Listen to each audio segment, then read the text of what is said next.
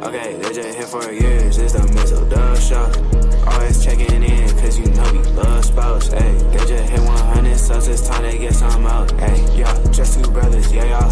Come tune in, they got guests, they got others, yeah, y'all. Press it in chat, they got talks like no others, yeah, y'all. Cause it's a family up in here, we love each other, yeah, y'all. Let's see what they say tonight, yeah. It's the Mizzle show, yeah, the Mizzle show, yeah, the Mizzle show, yeah, the Mizzle show. It's the Mizzle show, yeah, the Mizzle show, yeah, the Mizzle show, yeah, the Mizzle show. Know what y'all thinking? Damn it. Them again? Again? Yes, again. We ain't going nowhere. We ain't going nowhere. Before we get into it, again, our continuous thoughts and prayers to the people in Los Angeles dealing with these fires. Actually, I just talked to Uncle Bobby a few minutes ago before we came on the air and reached out to him and hoping that him and the missus are okay. And he, they got up out of there. They got up out of there. Yeah, the smoke was just too bearable. And I talked to a few of my other family members out there. They're doing all right. They had to evacuate, but they're doing all right. But not a way to start off 2025. Just a good kick, swift kick to the nuts. Not at all. And then I had reached out to Alan, who is a firefighter, and I said that if he had to go assist, I told him, may the blood of Jesus cover you. I know some firefighters out here in Henderson and Vegas are about to go there and also provide relief to help out the LA fire rescue teams. I mean, just watching it on TV, it's really like you're watching a damn scene out of a movie. It's a horror show out there. It's a horror movie.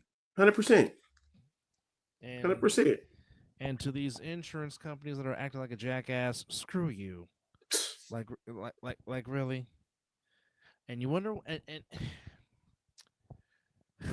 we're not trying to turn this into a news show because Lord knows you don't like watching news. But this is our show. We can talk about whatever we feel like talking about. But it's your job as a service to provide insurance.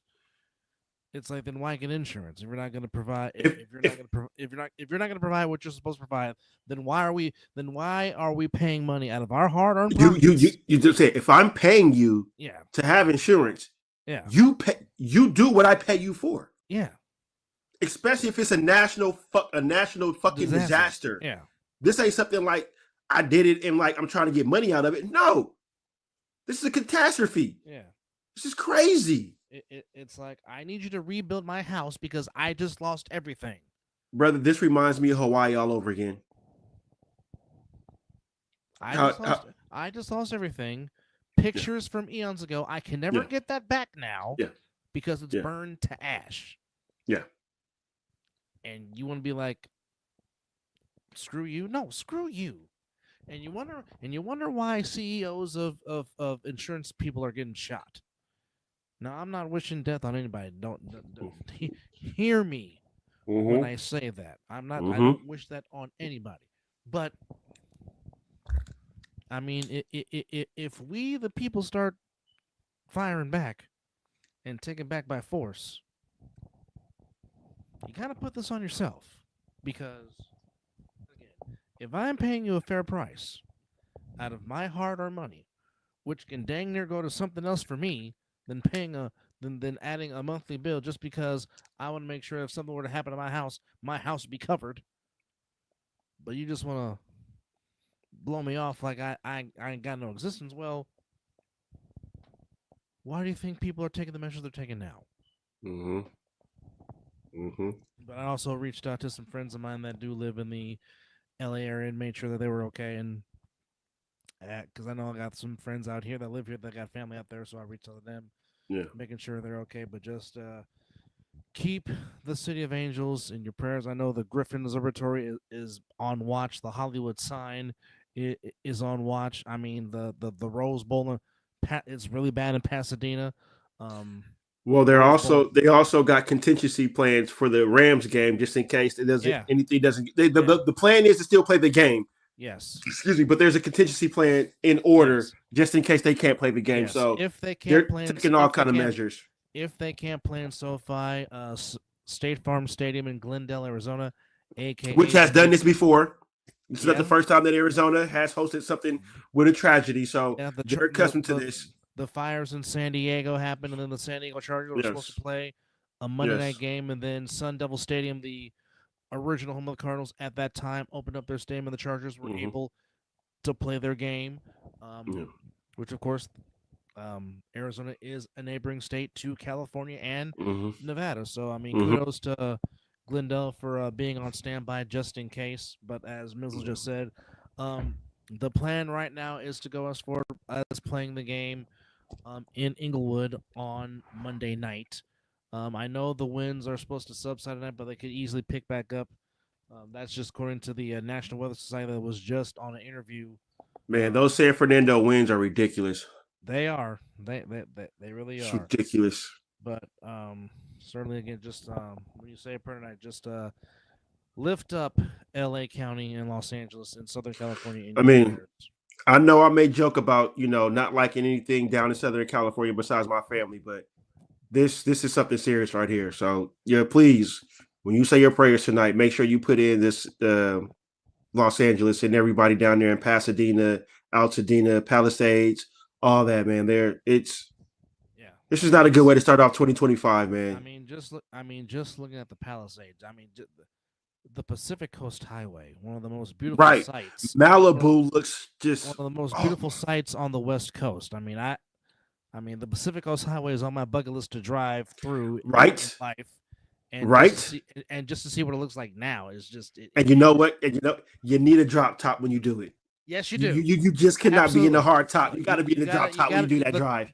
The top's got to be down when you drive through the Pacific Coast Highway. It's one of the most beautiful sites in California, one of the most beautiful sites on the West Coast. It's certainly something you must do if you're traveling through the West Coast, especially through Southern California. But 100%. This is a sports show, so we were going to try to get back to sports, but definitely. Well, brother, when our country and our world is in a disaster right now, it's good to just give some kind words, Just Absolutely. A little kindness words and just the thought process goes a long way to let everybody know that, we're thinking about you guys down there in LA, man. 100%. And no, there's some fighting going on the ice. Oh, let him go. Let him go. Let him throw them blows. I mean, that's what hockey's all about. That is true. Watch. I got the Florida Panthers, the defending Stanley Cup champions, and the Utah Hockey Club in the background. Oh, nice. But the champs are up 2-0 with 9:51 to go in the third period. Is that ESPN? No, it's on TNT. All right, I might switch to that here in a second. But yes, it is playoff time. But real quickly, more interesting candidates for coaching vacancies have come up. Just about 3 hours ago, the Raiders have requested to interview Todd Monken, the offensive coordinator for the Baltimore Ravens, for the head coaching vacancy. Of course, Todd Monken certainly is the man that gets the offense going in Baltimore for Lamar Jackson and Derrick Henry. Also, Steve Spagnuolo, who of course coached the Rams, he's been asked permission to be interviewed. Now, before you move on to the next candidate, do you think Spags is a better coordinator than he is a head coach? Like I get you give coaches that second chance, but I think he falls into that category where he might be a better coordinator than a head coach. He's definitely in the category of I'm better as a coordinator than head coach. Obviously, we've nailed Norv Turner's name in that category for so many times for so many years, but it does pin true. You can even throw Josh McDaniels' dumbass in that category too. He's a better coordinator than he is a head coach. He failed twice. He is because he's definitely not a head coach. I don't care what he ruined. 2 franchises. 2 franchises he ruined. Dipshit. I'm not gonna argue that. Definitely, I'm not going to argue that. But and then I know many in my fan base are happy that the Niners have offered Robert Saleh the defensive coordinator's job, but of course, No, just flat out said if you want it, it's yours. Well, the last news read talking about that he is supposed to be having an interview in the Jaguars, but from the looks of how I read it, if he is not offered a head coaching position job, he will take the defensive coordinator position. I know they were also looking at Gus Bradley and former Jets interim head coach and former 49er linebacker Jeff Ulbrich also in the DC position. But basically, they mentioned those names, but basically saying that if Robert Saleh wants it, he can have it, which makes me wonder how much did they offer him money-wise to give that position back to him. But I have to be devil's advocate. I was going to ask you how you feel about this. So you're going blue? You got blue microphone? I'll get blue. Okay. Now. Where's my blue? There we go. I remember we're the Blue Brothers. Indeed. I mean, it is Warriors color, so there you go. Oh, it's also 60 colors too. And they did. Yes. Elton John was played in South Philly tonight. You damn right it was. But this is the same fan base that wanted him fired back in 2017, 2018. I remember. I keep receipts. Okay. Now, I gotta be that devil's advocate because it was on his watch in Super Bowl 54 when this defense cannot hold that 10-point lead with 6 minutes and some change to go and gave up that 3rd and 15 to Tyreek Hill. He was the defensive coordinator. Mm-hmm. Here's the thing. Yes, Saleh is a good coach. He's a good defensive coordinator. But understand, the personnel is going to be different. Okay? Yep. He might inherit a defense that might not have Dre Greenlaw, which would hurt my soul if Dre Greenlaw does not return to Santa Clara. Do you tag him? I would, but like I said, on my birthday, when he came back to play against the Rams, I saw enough to know that I would pay him right then and there.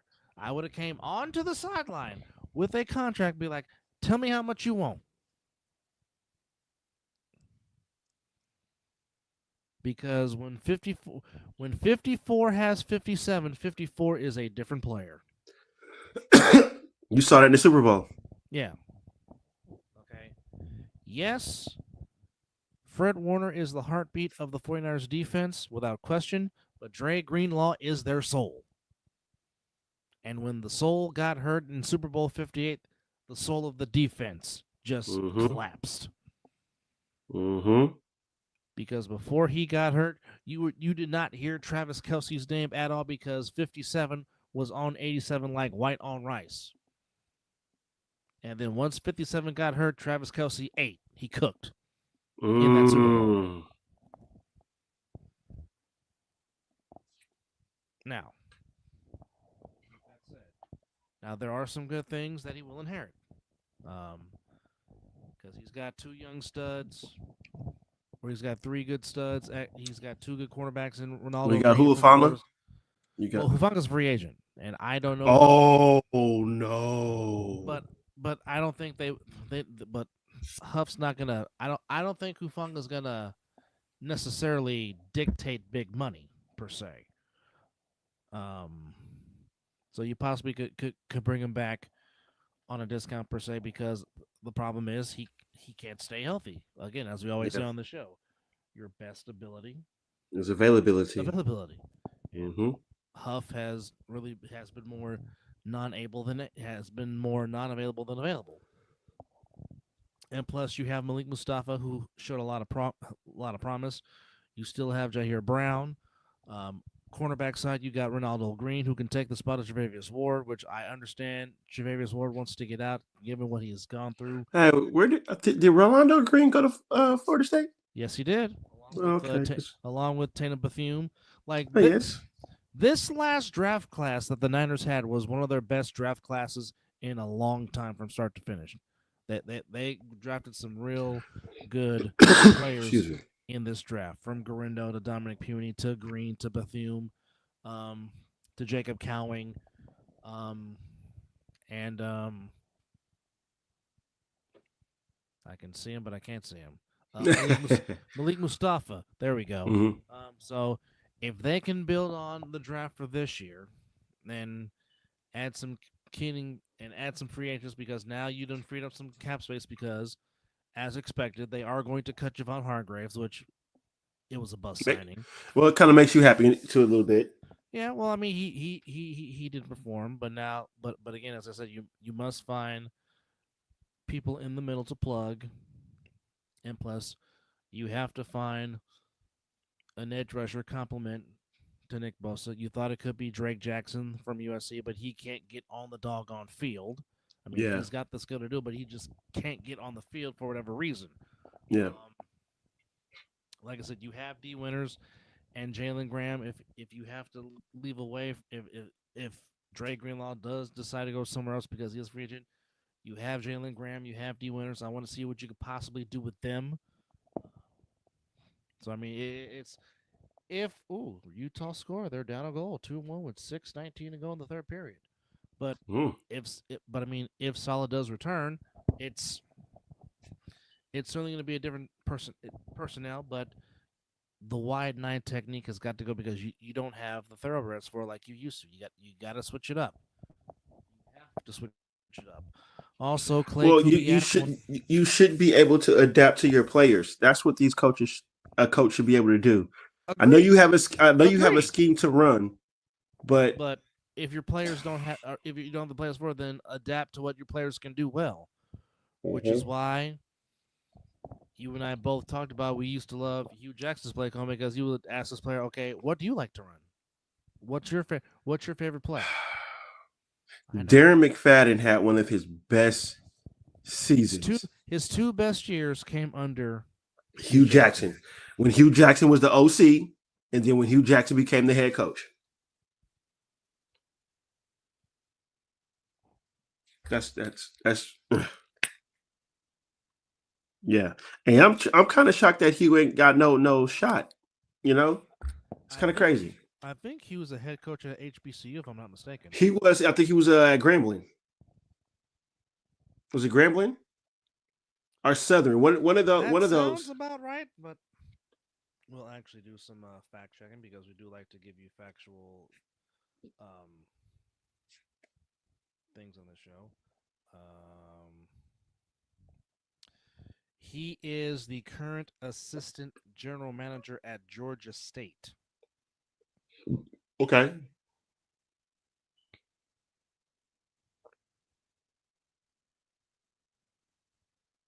Okay,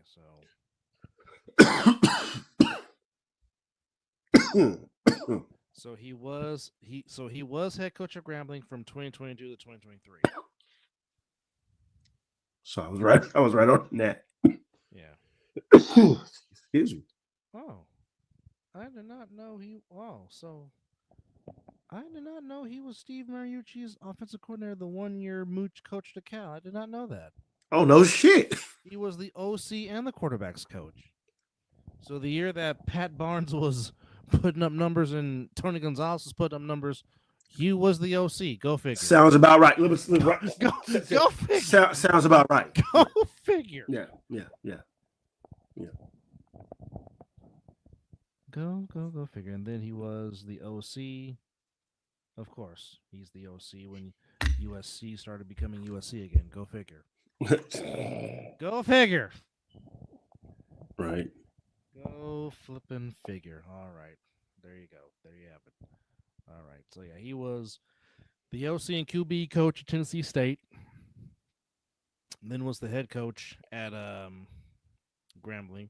Went 8-14 at Grambling and then became the Georgia State assistant general manager. He was the assistant coach of the year in 2015 when he was calling plays for the Bengals with the Red Rifle Andy Dalton. So yeah, I mean he's also a former football player, quarterback at Pacific, as you and I both know. So yeah, there you go.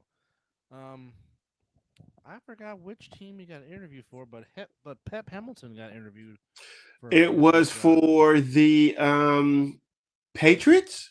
Really? No. Who else? The Jets. Jets. Well, of course. Hold on. But bro, we got to get that right. But I think, God, I just saw it. I know Byron Leftwich interviewed for the Pats, I believe. Yes. So whoever Brian Leftwich interviewed for, I believe that's the same team that Pep Hamilton did. So it might have been the Patriots as well. It was the Pats, yes. Okay. So yes. Oh, it was for head coach. Okay. Yes. Yes. Oh, all right. Well, I mean, And I'm very shocked that my organization, they're actually got some qualified candidates, and especially going after. I think Tom Brady is the reason why Ben Johnson accepted that interview. Of course, makes all the sense in the world. You know, I mean, it is what it is. Makes a whole lot of sense. Yeah. But I mean, Pep Hamilton's a good coach. Been doing it for a long time. Obviously, I mean, we know what to do with Andrew Luck at Stanford and in Indianapolis. So I mean that goes without saying. Yeah. Definitely should get a shot to be a head coach one day because I even heard that David Shaw's name is being thrown out there as well. Well, I mean, if anybody can do it, David Shaw can. I mean, David Shaw does have Raider ties. I mean, his dad really was the DC for a long time. So, and Willie Shaw was a good coach as well. Mm-hmm. So, it's definitely out there for sure. That's the latest news as far as interviews and coaching vacancies and what have you here in the NFL. I really don't know why Pete Carroll is getting interviews, but hey, I mean, it happens and happens. I just know that my organization better hit on this head coach because they're Super Bowl winning coaches. Well, except Hardball, but there's winning coaches in their division, and they better bring somebody in this division that can be able to hang with their offenses because these both are offensive-minded coaches, and you better hit on your DC because Patrick Graham is either going to be a head coach somewhere or he's going to take another DC position somewhere. And I would, like I said, again, I wouldn't be shocked if he might take the job in Cincinnati if he doesn't get a head coaching position. Well, here's what I say to that. Not only do you have to hit on this head coaching hire, but you have got to hit on the quarterback because you're dealing with. Oh, most definitely. Because you're dealing with, of course, Kermit the Frog. Yep. Who's already won 3. Bo Nix is going to be nice. Bo Nix is going to get better under the tutelage of Sean Payton. Yes. And Justin Herbert is going to get better under the tutelage of Jim Harbaugh. 100%. So you've got to hit on the most important position. So we're behind. Division. We're behind all the way. We're behind on the coaching. Mm-hmm. We're behind on the quarterback. Mm-hmm. Now, defense, I believe we are okay. It depends on who we get. If Patrick Graham stays, by some chance, whoever the whole head coach is, and can bring him back on. But I believe that whoever the head coach is going to want his own defensive coordinator. So it's going to be a new DC in Vegas. We're not bad. We're not bad. We're not the Chiefs defense when they're healthy. You know, we're definitely not the Broncos when Patrick Surtain is out there killing it on the side of the ball and stuff like that. But the Raiders defense is not bad. We just don't have an offense to contend. Well, definitely re-signing Malcolm Coots should be priority number 1. Now, here's the thing. Do they offer Coots money or tag him, or they try to give him the okay, we know what you got, but we need you to prove it, you know, coming off this injury. Now, if he would have been here and performed, you get the big bucks. You see what I'm saying? But then you can sign Chason on a smaller deal than what Kuntz might want, you know. So, but I'm hoping there's a way that you can re-sign both of them. Well, you guys have plenty of cap space, so cap space is definitely not an issue. for the Silver and Black. But we do got some playoff games coming. I mean, kicking off tomorrow again. We kind of talked about it briefly. Of course, Notre Dame and Penn State in the Orange Bowl in Miami, Florida. And if we're looking at it, Penn State right now. Oh, really? So, and this is from ESPN Bet. Notre Dame is -1.5. Oh, total is 44.5. Money line is even with Penn State, and money line is -120 for Notre Dame. Now, obviously, Mizzle's picking Penn State. I'm going with Golden Domes.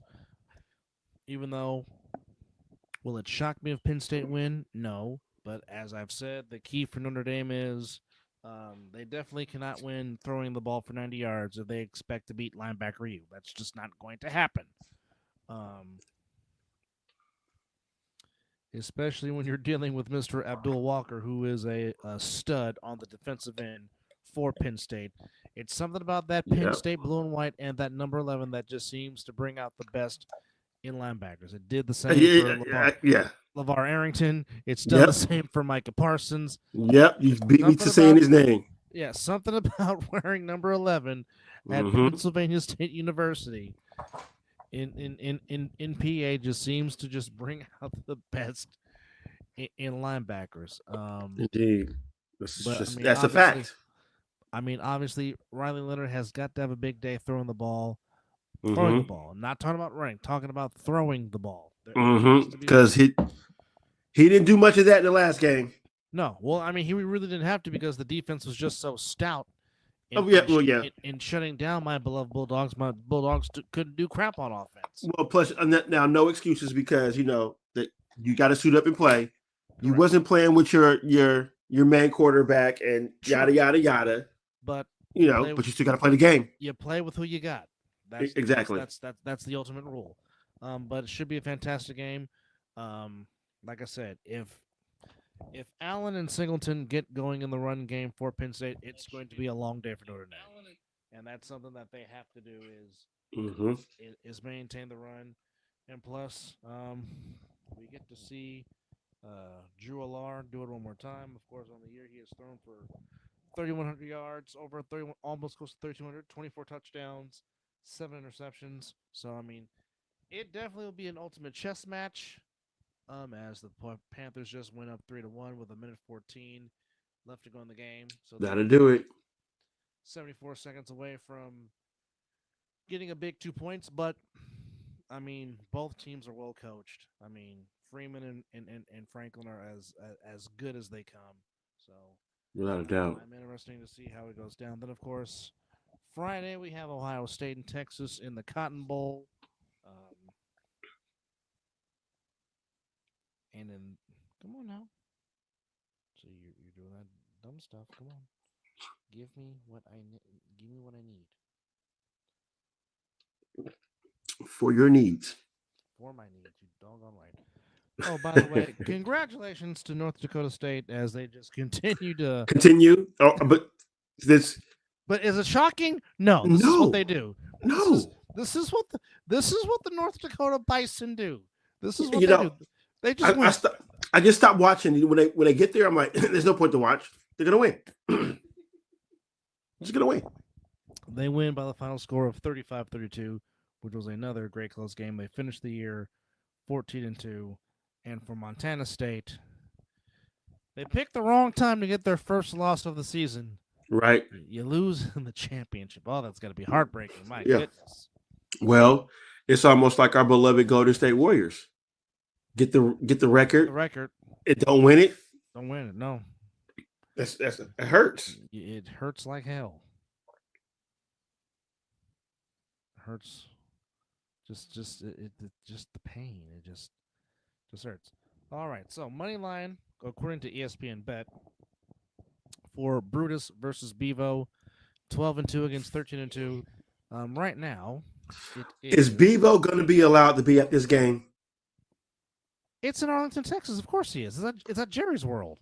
What I'm just saying is because Bevo. I know because Atlanta's being real anal about not having Bevo be at the stadium. And unfortunately, the doggone national championship game is in Atlanta at Mercedes-Benz Stadium. So if Tejas happens to get there, Bevo won't be there. Which would That's suck. ridiculous. That would suck. Bevo is supposed to be at every game. Damn it. Bevo, let Bevo run on the field. Damn it. Damn right. Damn right. As you can tell, we love Bevo. Yes, love, definitely love Bevo. It is Ohio State minus 5.5. The total is 53.5. If you're going money line, and this is according to ESPN Bet, money line 190 plus 190 for Texas, minus 225 for Ohio State in the Cotton Bowl at Jerry's World North. Oh, I think I got Ohio State with a field goal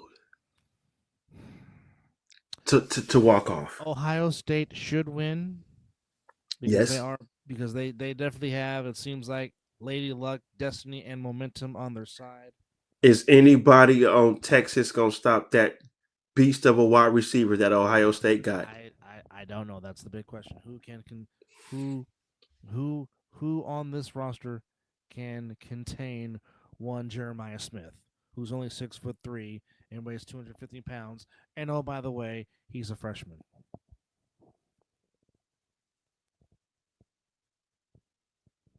No, Brandon, I did not know that. Yeah, no, me neither. Didn't know that. It's interesting. To which Kevin O'Connell should be getting a nice extension from the Vikings. That's for sure. Because I agree. The job he's done. Fantastic. Yeah, and we'll definitely get to that game we're moving along.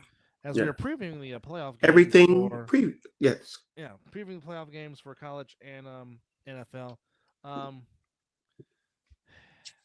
Ohio State should win, but damn it, I just want Bevo to just shock the world, just because. But it would be nice.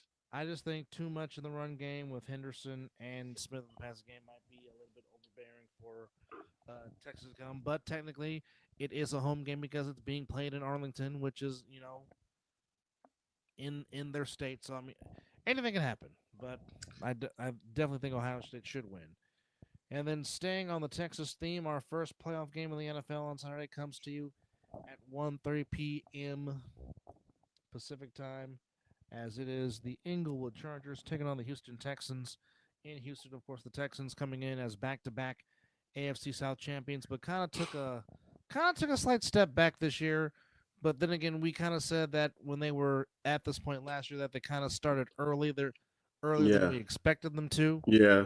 Which, D'Amico Ryan's done a great job, but the Chargers. Their first year should have been this year, is how I had it. But I expected them to play the way they played this year, last year. Yes. But Chargers coming in -3. Total is 42.5 money line. Houston plus 135. Chargers minus 155. But as I already said, I got the Chargers because, I mean, Harbaugh wins on the road in the playoffs. His road playoff record is pretty good. And plus, not having Nico Collins, not having Stephon Diggs, you don't know what kind of Joe Mixon you're going to get. Not having your full repertoire of offensive players is definitely going to hurt C.J. Stroud. And plus, J.K. Dobbins came back at the right time for the Chargers because Harbaugh likes to run and pound. You stole my thunder. And just, Jim Harbaugh likes playing those 2013, 2010 type of games. Keep it tight. Run the game. Use the clock. Exactly. Run the ball. Take a shot down the field every once in a while here or there, but make sure that we control the narrative of the game. We'll let the defense do anything. Texans number 2 at creating interceptions. This is a good. Where I was gonna go is I guess my brother's picking Inglewood. I am. I am picking the Jim Harbaughs. The Raider fan in me wants to pick the Texans, but the football IQ or what I see is that the Chargers are the better team right now because, as you just said, the Texans are not at full strength. You just said J.K. Dobbins came at the right time, and I was going to say that the running game was going to play dividends for the Chargers, and Herbert was just going to use play action fake and just use Ladd McConkey and Quentin Johnston. They're just going to just it sucks. I don't know how Ladd McConkey just slipped into the Chargers' lap. Same way. I mean, but then again, it's the same way how Brock Bowers slipped to the Raiders. Yes, it's Deontay. Is it Quentin Johnson or Deontay Johnson? No. For the Chargers, it's Quentin Johnson. Yeah, Quentin Johnson. Yeah. So yeah, I think he'll have a huge game. But Ladd McConkey will get open. J.K. Dobbins will do his thing. But not to mention DJ Chark also returned for the Chargers, and that's another person that can use the pass game. But the pass game to me, it lives and dies with Ladd McConkey. He is the go-to guy. He is Herbert's security blanket in the pass game. He will look to number 15 if he needs a big catch. Almost kind of how the Jets used to do with Wayne Corbett. If they needed a possession to stay alive, you go find number 8 and normally it'll be open in the middle. Almost like Wes Welker, Amendola. Correct. Brandon Stokely for the Sheriff. Correct. Or wait. Brandon Stokely was pretty good. Oh, he was pretty damn good. Yeah, he was. Pretty damn good. So yeah, I'm gonna go with and also I think the defense of the Chargers will get to Stroud. I just think Khalil Mack is gonna do. Brandon, I agree. Stingley is fantastic. Stingley is a very good defender. Yeah, we're not taking away from that. I just think that Harbaugh is gonna scheme up something for that. And don't think that D'Amico Ryan ain't got a plan either though. No. We're not gonna say it's not gonna be a blowout like Dub just said. It made like a 2013, 13-10. You might get something like that. Will we find it shocking if the Texans win the game? No. But it's just I just right now this is Harbaugh's first playoff game since the unfortunate tip when Richard Sherman took it personally and said, "Don't ever challenge me." Don't send no scrub my way. Scaring the heck out of Erin Andrews. Bless her heart. But no, Harbaugh just finds a way to win on the road in the playoffs as he had when he was coaching in San Francisco before they moved to Santa Clara. You just like to continue to wave that football in my face. No, I saw it. I'm about to say. All I saw was like the white tip. I'm like, this. It's a Santa Clara ball. If Stroud wins, he has as many playoff wins as Jalen Hurts and Lamar Jackson. No, because Jalen Hurts has played in the Super Bowl, so Hurts has more. Yeah, Hurts has at least 3, 2 or 3. No, 2. 2, yeah, I'm gonna say at least 2 or 3. Yeah, because when the Eagles went to the Super Bowl, they were the number 1 seed. So you're right, 2. Yeah. Okay. Yeah. So look at Brandon coming in and bringing some knowledge. Right. Here on the Mizzle and Dub Show. Yes. Appreciate the knowledge. Yes, we love the factuals on the show. Well, never is a dull moment when the Steelers and the Ravens meet once again in the playoffs. In Baltimore, which again at the bank, which again, Will Franklin, enjoy yourself on Saturday night, my friend. Hey, what'd he say? No shirt on, nips out, no matter. Oh, Mr. Franklin, shout out to him. But I mean, I'm definitely going quote the Ravens nevermore. Again, this is why they signed Derrick Henry for this run, for this month. It's why they signed number 22. He gave you 1,921 yards on the year. Stat says Ravens, Lions, and Eagles most likely to reach the Super Bowl. Well, my money will be on Detroit for sure because I believe our preview show I did pick the Lions to get to the Super Bowl this year, and as we also have a family member down there from LA, Uncle Bobby. Thank you for chiming in. As he says, the Ravens will win easily. But I hope you and AT are still doing all right, Unc. You're still sending our prayers down there. Yes, indeed. I definitely have Baltimore winning. Again, who other than Freiermuth can catch the ball for Pittsburgh? That's the question right now. Yeah, because Pickens can't even catch a loaf of bread. No, not at all. And exactly as I said.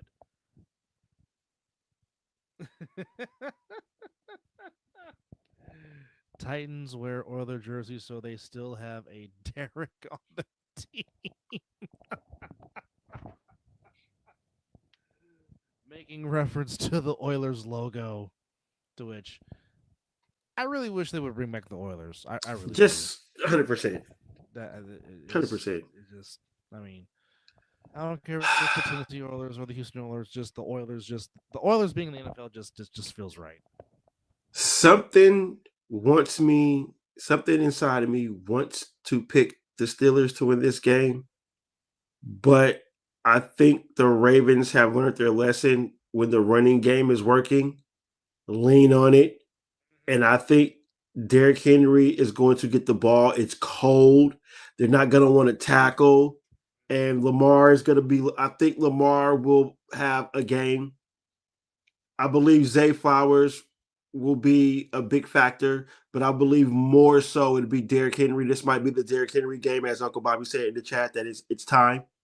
So I am going to pick the Baltimore Ravens to win this game, but it's some way, somehow, if Russ can cook with anybody now, all they got to do is just catch the ball. Excuse me. I think Pickens still might have that game in his head still with the drops. So yeah, I'm gonna go with the Ravens at the bank. But we're not going to be surprised if Mike Tomlin beats Mike Tomlin.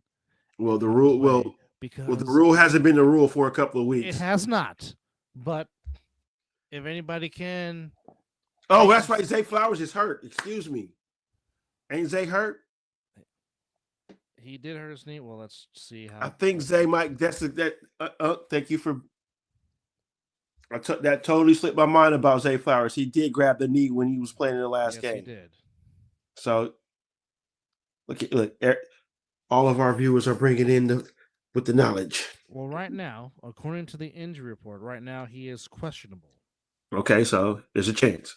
There is a chance he might play. He's questionable. Justice Hill is questionable. Hayward is questionable. Boswell's questionable, but it's the playoffs. They're going to play. Of course. If it's broken. Oh, he's Unc with the bold prediction. Saying not only will he throw a moon ball, but somebody will take it back for a pick six. Oh, baby. Oh, boy. Unc, well, we love it. If I was a bet man, I might go place a wager on that and cash out on that. Just saying. But, yeah. I think too much Ravens, too much Derrick Henry. Right. If you wake up in the morning with $5 in your Apple, you go put that bet on. And if it hits, it goes 50-50. There it is. And of course, you can catch the Ravens and the Steelers on Peacock. No, that's on Prime Video. Who got the Peacock game? The Peacock NBC game is the Commanders and the Buccaneers. That's on Sunday. Okay. That is on Sunday. And speaking of Sunday, we got the triple header action on Sunday, starting off with the Bills and the Broncos in cold-ass Orchard Park, New York, which means Bills Mafia will be out and early. And I wouldn't be shocked if a table gets all set on fire. Oh, right when they wake up. You know what's going to happen.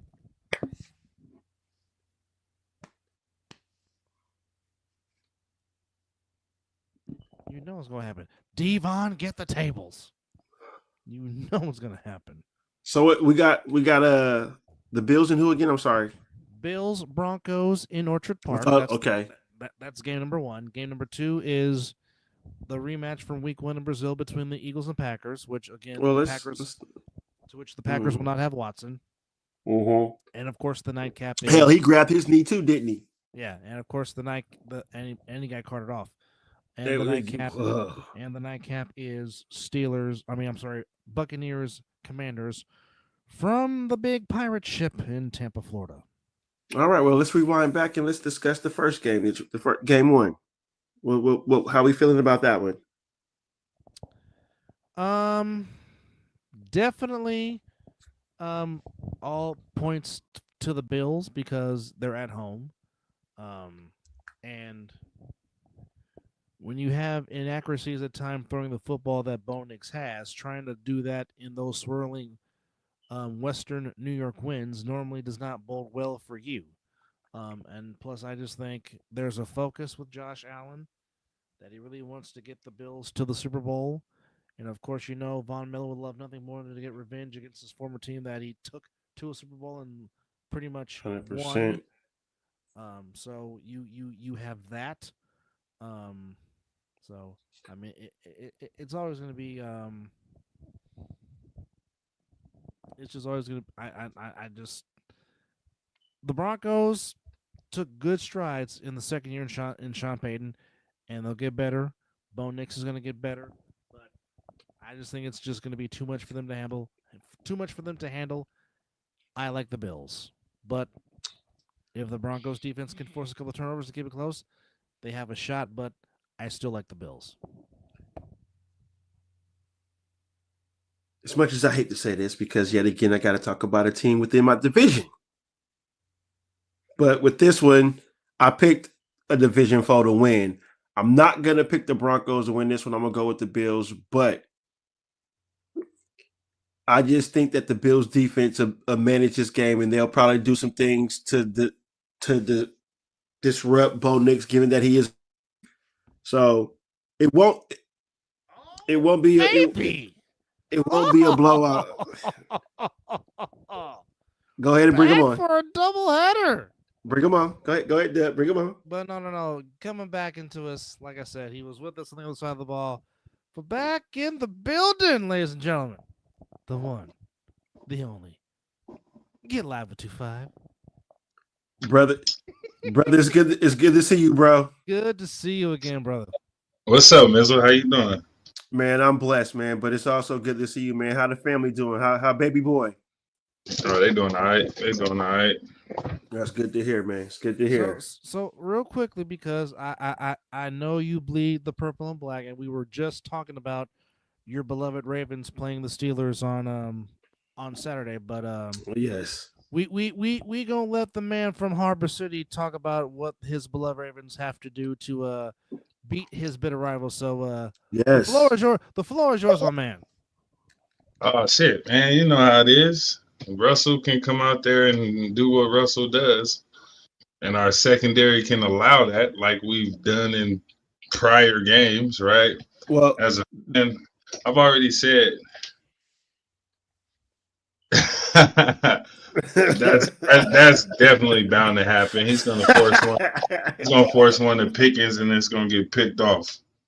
Ooh, more. Hey, Dub, we got more bold predictions. Yeah. Well, I mean, Humphrey is good to take one back to the house, which he has shown he's done before. So, yes, indeed. I wouldn't put it past him. Oh, yes, yeah, but you see how it's been since they moved him around from corner and put him at safety. Absolutely, his play has gotten a lot better. Absolutely, yes, it has. Yes, it has. But you guys got to feed. You guys got to feed the big fella.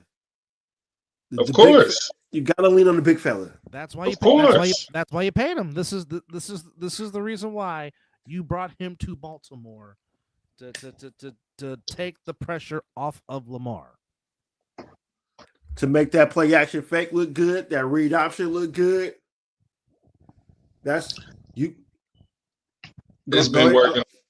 it's been working all year. We just need Lamar to not get into his head and start doing bogus shit. You know what I'm saying? Correct. When he starts to get into his head and he starts playing a little flustered or thinking about the moves before he makes them, it don't never really turn out well. You feel me? Mm-hmm. Mark Andrews is going to play a big part in this game. I think him and Lively. Mm-mm. Lively has been huge. Yes. Yeah, quietly though. I feel like he took like a little back seat. He took like a little back seat to Andrews in a sense. You feel me? Like they kind of put Andrews back in the front line, but he's always been able to pull through and make big plays whenever he you know what I'm saying, called upon. But it's like, come on, in this type of game, we need all hands on deck. Exactly. We need all hands on deck. It is get to the next round or your season ends. And Unc just made another good point. Lamar cannot play hero ball. And Brandon, you are a fool for that comment. Use a fool. You use a fool. You use a fool.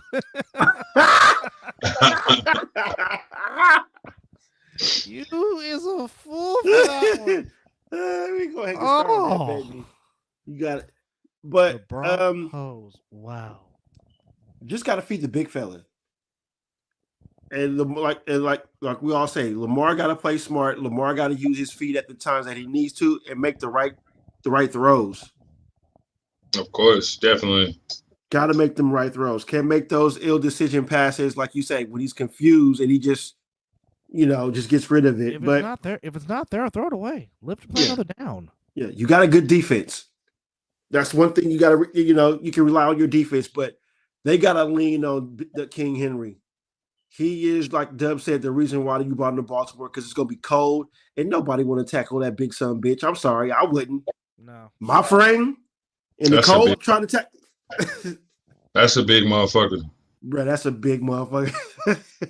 That's a big motherfucker. He big as hell. You know what I'm saying? And now he's a big slim fit motherfucker. Yeah, that's a big son bitch, man. I'm sorry. I ain't trying to tackle that motherfucker in the cold. Straight up. Okay, I'm still mesmerized at the fact that Lamar Jackson threw for 4,172 yards. Mm-hmm. But here's the one. 41 touchdown passes just to 4 interceptions. It's one of his best years. Yes. It's one of his best years. And that's why it's hard when everybody says that Josh Allen is a clear-cut MVP. No, he's not. I'm like, man, do you see what? Say them stats again, because I don't think they heard you in the back of the hall. Lamar stats right now, because good Lord.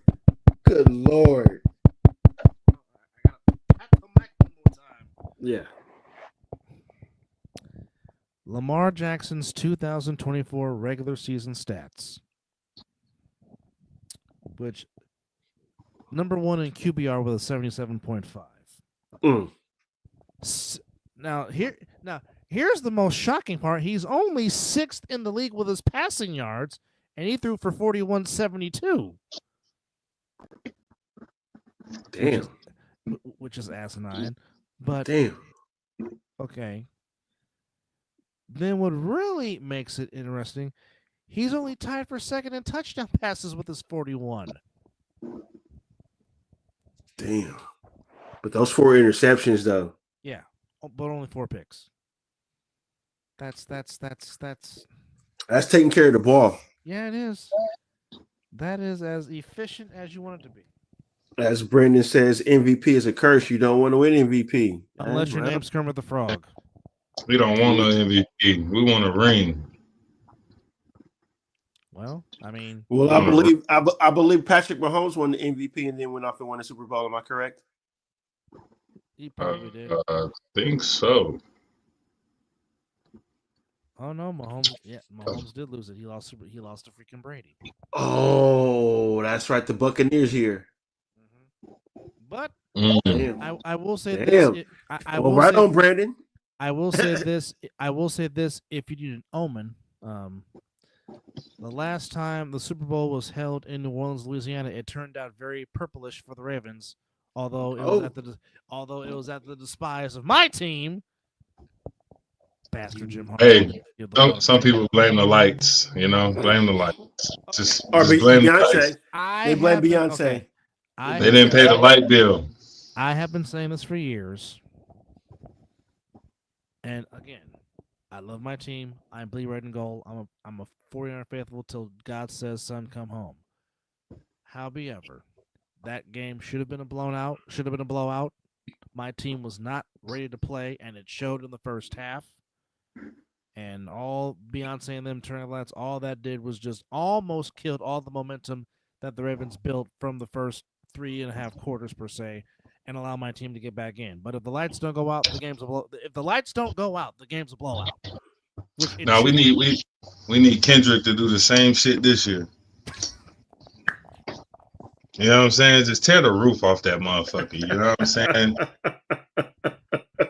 Well, I think he's gonna do that without a shadow of a doubt. My only question is, call me simple, but MVP means to me if you take that one player away from the team. Correct? You are correct, Miss Jody, and we are doing very well. How are you doing this evening? We're doing very well. Happy New Year to you, and we're doing good. Just giving the fans a preview of these games here. Well, my only question is, how many times will Lamar perform not like us? Will he do it 6 consecutive times like he did back in Inglewood? Probably not because you only get 12 minutes anyway when doing the halftime show. All I'm saying is I hope he brings out Lil Wayne. He might shock everybody and do some shit like that. That would be cool. Well, hopefully Dwayne Michael Carter Jr. won't be high and not screaming like he ain't got no sense. I mean, that's been there. Definitely understand. 100%. We're kind of early, Jody, because normally in about 2 hours from now we would be doing the night owl edition of this show. But yeah, we started way early. we started a little bit early. It's an off day for me today. There you have it. But yeah. So 2-5. How do you see the first game between the Texans and the Chargers in Houston? I'm gonna go Texans. Ooh, lone wolf in it. We got a lone wolf. We'll go Texans. Let's go to Houston. Okay. I like it. All right. Switching on to game number 2 in the. No,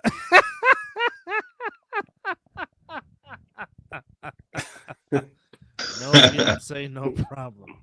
And then Jody says, real talk though, anybody else got a little football tucker out with all this overlap of the college football playoff and the NFL?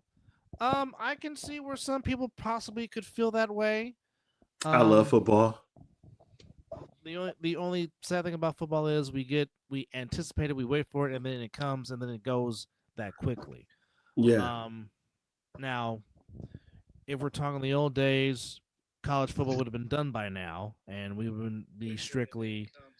And Jody also says this is a winnable game for the Texans. Oh. I will say this. Okay. I will say this. I like it. I will say this. These are definitely not 10-inch snowstorm in Dallas when.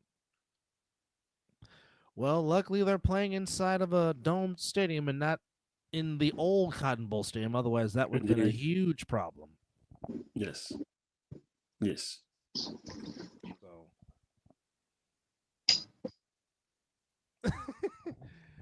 You're not wrong. You're not wrong. I definitely. Well, I mean, it is on the bucket list, but I don't know how it feels sitting there with 90,000 plus people. That's a lot of that's a lot of freaking people. That's a lot of people, I'd be like, I would stay in my seat till they all left. Like, why are we all sitting right? down? I'm like, do you see how many people's in the stadium right now? Can you imagine trying to get out the parking lot? It's gonna be bumper to bumper traffic. No, I'm good. No, cool. I'm good. Well, I Yes, mean, yeah, indeed. because normally you would have all the bowl games on New Year's Day, and that would be the end of college. And now you literally have playoff football games in the NFL from Saturday to Monday, which is only one game on Monday. But second game, we got the Eagles and the Packers in Philadelphia, rematch of a Week 1 game that was played in Brazil, won by the Eagles. Jalen Hurts looked a lot better in practice, but still has not been officially known if he's going to play or not. Obviously, the Packers not having Christian Watson in this game obviously hurt his leg, so he's obviously out for the season. For those that want to place their bets in the money line, now again, like I said, this is a rematch from TY. What's happening? How are you, sir? Was good, brother. But we also have a question, which we talked on earlier. The plan right now, as Jody asks, you think they move the Rams and Viking game? The plan right now is the game is still going to be played at SoFi, but they do have a contingency plan to move the game to Arizona just in case. So they do have something lined up if it doesn't get better by game time. Jody, to answer your question, if it was me, I would say just take your stuff to Arizona right now. You don't risk it. Just play it safe. Don't risk the chance. Make it easy, right? Yeah, be safe than sorry. I mean, I understand. I get it. You want to play in front of your home crowd because that's the benefit of winning your division is you get a game in front of your home crowd. But I mean, given what's going on in Los Angeles, and once again, our thoughts and our prayers are with the city of Angels and Southern California because I mean, it really does look like you're watching a damn scene from a movie. It's insane. But I mean, certainly, if I was Commissioner Goodell, I would just tell the Rams to just pack your stuff and just make that drive to Glendale, since it is right since you are a neighboring state. Just play it safe. Use the Cardinals facility in Tempe to practice and whatnot, and just get your mind focused on playing the Vikings, and the Vikings can take a later flight and just redirect their flight from LAX to Sky Harbor in Phoenix. I mean, just make it easy. Just make it easy. Just make it easy, because I mean, yeah. Well, that would be very important to bring back some water with you, and a big hose. But this is a rematch from Week 1, to which the Eagles beat the Packers 34-29. Like we said, as obviously that was the São Paulo game in Brazil. Eagles are coming in minus 4.5 on the money line, brought to you by ESPN Bet. Over under is 46.5. If you're looking money line, it is Packers plus 195, Eagles minus 230. Here's a no Watson, no problem. I'm in Houston with the Tornadoes. Sam Darnold on a neutral field. I think he might have a chance. Ooh. Brandon just so Vikings going to game with no momentum. Miss Jody, is it safe? That's true. That's true as fuck. Miss Jody, is it safe to presume that you are a Houston Texans fan? Would that be a safe assessment to make? And how do you feel about Texas' chances against Ohio State in the Cotton Bowl on Friday evening? Yes. And Brandon, yes, that was a good thing. The Vikings are coming into the game with no momentum. Yeah. No momentum, but at the same time, they got dog walked by I thought it was going to be a better game than that. I literally thought it was. I picked the Vikings. I did too. Because I just thought I did she too. says nope. I'm not a Texan fan. Okay, all right. So wrong assessment. Alrighty then. But But then again, this could be the type of game, and okay. The Vikings had, but she supports them. Okay, here's the Vikings had chances early in that game because they were forcing turnovers and they kept driving in the red zone. They just did not get any points. Mm-hmm. And of course, like when you play the Lions, you're playing all 4 downs. Yep. Oh, she's a cheesehead. Okay. Well, now. Interesting. So right now, looking at the injury report, A.J. Brown is still questionable. Jalen Hurts is still questionable. Will Shipley is questionable. Javion Bullard questionable. Adrian Cooper, their star rookie linebacker, is questionable. T.J. Slaton, defensive tackle, is questionable. Obviously, the big question for the Eagles is, will Jalen Hurts play? And if Jalen Hurts play, how effective will he be? But then again, when you have number 26 that's well rested, that did not play against the Giants, that should have broken the record. But that makes me mad still. I think it just makes everybody mad. The fact that he was literally 101 yards away from breaking it, which again, he would have got it in the first quarter. You know what? You're not wrong. Because the extra motivation to break it against the Giants, to which, again, the Giants are not only keeping Brian Dable, but they're also keeping their general manager. I don't know what the Mara Tisch family is doing in East Rutherford, New Jersey, but that's a whole nother story for a whole nother day. Rams got their work cut out for them. LA needs Stafford healthy and unhurt. Or, oh no, we may see Jimmy Garoppolo again. Oh, hey. 20 years from now, Eagles fans are still going to be angry they didn't try for it. Oh, you know they are. She says what impressed me about the Vikings was their stunts and late blitz in the A gap, but unfortunately, look at Jody coming here talking about X's and O's. Shit. Might need to bust out the Madden Illustrator. Right? My goodness. We are getting some straight knowledge and some straight good talk in the chat tonight. Love it. Those disguise plays just don't work. Well, yeah. Well, I will say this. That means you're just doing your film study. They may have run that play, and when you see that lineup, they're prepared for it. That also could happen as well, too. Well. Here's the thing: you can't stop a wave. You can stop a wave, but you can't stop the facts. Factual. Well, obviously, it's going to come down to the battle of the running backs because obviously you got 2 studs with Josh Jacobs and Saquon Barkley. So I mean, definitely you want to try and dictate the pace and possibly limit possessions. But the ultimate question is going to be, how effective is Jalen Hurts going to be if he does make his return back into the lineup for the Eagles? 2-5. How do you see this between the Packers and the Eagles? It's like you said, though. If Jalen Hurts ain't there, I don't know. I would have instantly picked the Eagles if he was there. I ain't gonna lie to you. But given the fact that he's not there, it's like she said earlier, without the star player, can the team still function? Well, is his concussion? Well, it's kind of tough to say because you don't want, if his concussion is not fully clear, he shouldn't be out there playing. But it's the playoffs. They're gonna try to get him out there. Well, according to Sal Palantonio, and Sal is Tua did it. Yeah.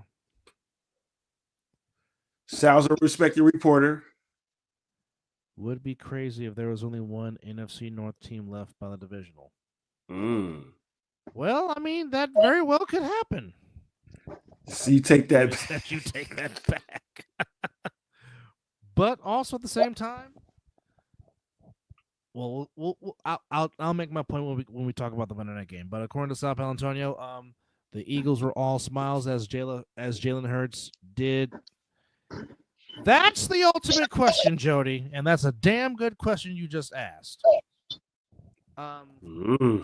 Do you really trust Nick Sirianni? I don't trust my head coach. And I've been a fan of that team since 1986. And I still don't trust him. So, I mean, there's not many head coaches I do trust in today's NFL. I think I could probably count on one hand how many coaches I trust in the NFL right now. And two of them have the same last name. Did you pick? I did not. Oh, who you got? Yeah.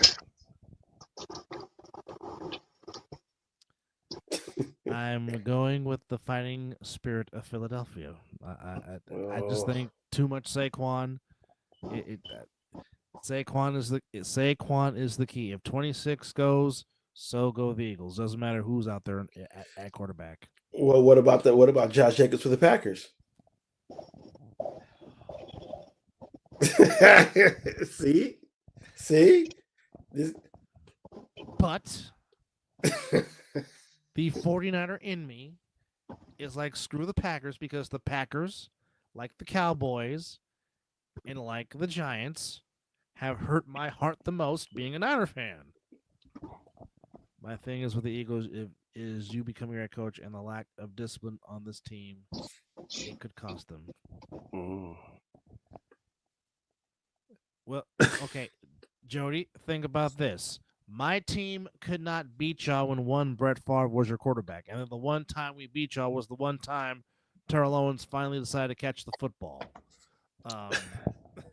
Okay, I have had nightmares about the green and gold ending my seasons in the Bay Area when I used to live in the Bay Area. Nick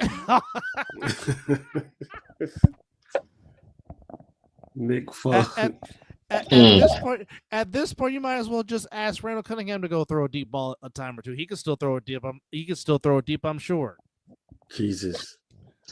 I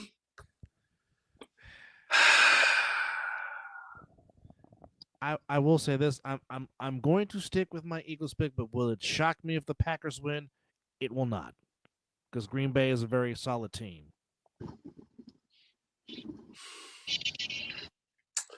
I am going to also pick the Eagles.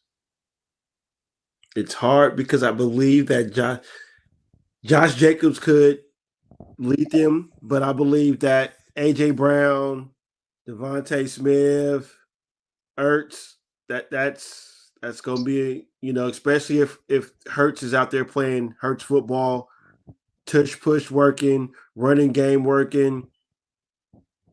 Yeah, the Eagles could win this game. So, yeah, I think I'm going to go with the Eagles.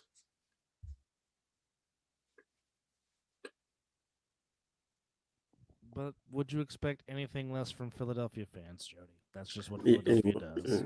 Yeah, yes, indeed. This is what Philadelphia does. They boo Santa Claus. They do stuff like that. But Jalen needs his head intact before Sunday, but they may have a hole in their offense without A.J. Brown, so they better keep Devontae Smith. Plus, I feel you on the Packers killing the Niners run. Well, yes. Like I said, the Giants, Packers, and Cowboys have hurt me the most. There's a difference between hardball and bully ball. Ugh, my soul.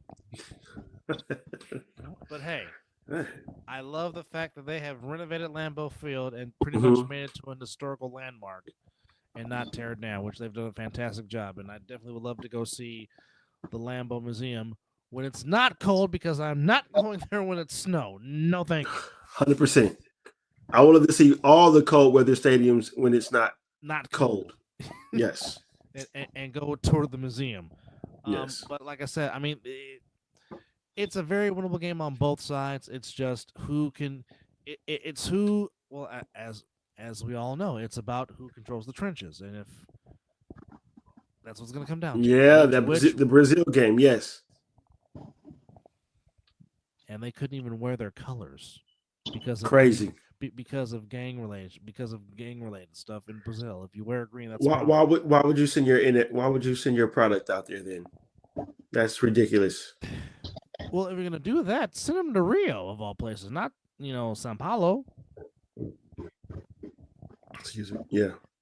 What's boring, Miss Jody? Yes. Tell us what's boring. As If we can do it to the Cowboys, we can do it to the. Like I said, it's a very winnable game. Green Bay can win this game. They can win this game really, but I think the key for Green Bay is Josh Jacobs. him, And who can catch the ball? But not Reed and Dobbs cannot drop the ball for Green Bay. They cannot. And they have been known to drop a lot of balls. And there's especially Reed. Yeah, and there's been times where Jordan Love puts it right on the money and it hits him in the wrong spot. Yeah. Ain't no snowy football unless I got extra stick on my gloves. Or stick 'em. There you go. There you have it. But coming down to the Monday night. No, thank you. Who wants to do that? That's crazy. Kraft is a very good tight end, and he's one of their more sure-handed receivers in the pass game for Green Bay. Absolutely. Yes. That's good knowledge right there, man. Chad is on fire. Yeah, and we appreciate y'all for hanging out with us here. Definitely. It's playoff edition of the Mizzle Dub Show. Now coming to the nightcap of Also got the big man on. Appreciate the big man for coming on tonight. Yes. Oh shit, man! You know me. I appreciate the invite. I was at the grocery store when I seen it. I was just standing. Next, the email popped up. I'm like, oh shit! I ain't doing that. I mean, I'm just at the grocery store trying to get some food. You know what I'm saying? But yeah, I'm here. Why not? Most definitely appreciate it. Yeah. I appreciate it. Yes, indeed. Nightcap on Sunday, the Buccaneers and the Commanders, or as Oos likes to call them. Well, me, Jody, I'm a Raider fan. I'll throw that. I definitely throw it out there. Dub. So how you feel about that fire? Or not fire, but them letting what's the name go? Well, I think it was too soon. Well, Miss Jody, I kind of gave away who my team is. Oh yeah, I'm Baltimore. I like Baltimore. But I am a diehard 49er faithful. Have been since 1986. What you cooking in this economy? Right about now, anything you get your hands on, in this day and age. You're right. Especially with eggs down there at $10. Bro, I had to put them hoes back. Swear to God. They said, man, that motherfucker said, he scanned them. I said, hey, how much? He said about $10.90. I said, yeah, bro, I'm good. I might just go buy me a chicken. You know what I'm saying? I'm just go buy me one. Yeah, right. That's crazy. Just go ahead. Might start putting chickens in the backyard. Just go ahead and lay some eggs. I just. Hey, we in Vegas with a few different motherfuckers. I know there's a couple chicken farms around here. Hey, my best friend, she got her own little chicken farm from high school. You wear disguises like the human guys, but you're not a man. You're a chicken. Boo. No, I'm the Raiders. Who said anything about the Browns? Yeah, that's crazy. Yeah, the Browns get mentioned in here. Ain't no Browns fans in here. No, it's Ravens. It's Ravens, Raiders, and Niners. The Browns. No. I mean, I love Old Cleveland Municipal Stadium and Bernie Kosar and Kevin Mack and Webster Slaughter, but no Browns. No. Eric Metcalf. Oof. Boy, that man can return some football. Let me tell you. Yes, he can. That man. Yes, indeed. He was a Swiss Army knife indeed. But Buccaneers, Commanders. Oh. Another rematch from Week 1 of the season, where the Buccaneers beat them 37-20. Browns rebuilt Houston. She can't. She's Oh, okay. Yes. Yeah, I'm not gonna remember that either. About Mr. Garcia wearing a Browns jersey. But however, Buccaneers Commanders rematch for Week 1, which the Buccaneers won 37-20. Obviously, a career year for Reagan Baker Mayfield, as Oos loves to call him. Mm-hmm. And of course, my guy, the Oregon Duck himself, Mr. Bucky Irving, who I've been begging them to just feed Bucky the ball, and they finally listened. And they fed Bucky the ball, and Bucky turned into a great year. And of course, Mr. Evans, the model of consistency, tying Jesus and Cleats himself, the great Jerry Rice. And, well, I mean, that's a very... Hey, I mean, I'm not going to argue that. That's a very valid point. As valid as you want it to be. I mean, I'm certainly not going to argue that. Ooh. Another true statement. Only team in the NFC to beat the Eagles and the Lions, yes. And now Living Room has made its official appearance into the chat. Welcome back, Living Room. Which, by the way, Living Room, what your prime minister said in her speech today, damn it, spot on. Yeah. She laid down some cold hard facts, which was absolutely great to hear, if you will. Then Brandon well, I mean, here's the tricky part. The Raiders actually beat the Ravens this season. Yeah, we just caught them at a vulnerable point of the season. That's all that was. It was still early in the season. Yeah. They didn't have nothing figured out. If we would have played them later on down the year, they probably would have put up a 50 burger on us. And Miss Jody is asking, can I make a hot take for y'all three teams? Go for it. We'll take it off. Yes, Trudeau resigned. Living Room.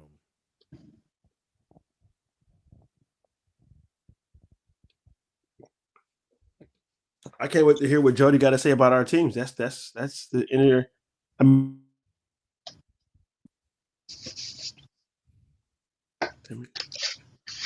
I know my team sucks, but I just want my. I know my team can't finish when it matters. Colts nearly had a 50 burger put on them by the Giants. Yes. Oh man. We are not going to kill you. Stop. This may be a blind bar, though, but I think the well, man, we got a bunch of bold predictions up in the chat tonight. I will say this. The Commanders could possibly make some damage in the playoffs because they're playing with a lot of confidence, and obviously the Commanders are playing with nothing to lose because a lot of people were not expecting the Commanders to even go 12-5 during this season. So I mean, it can happen.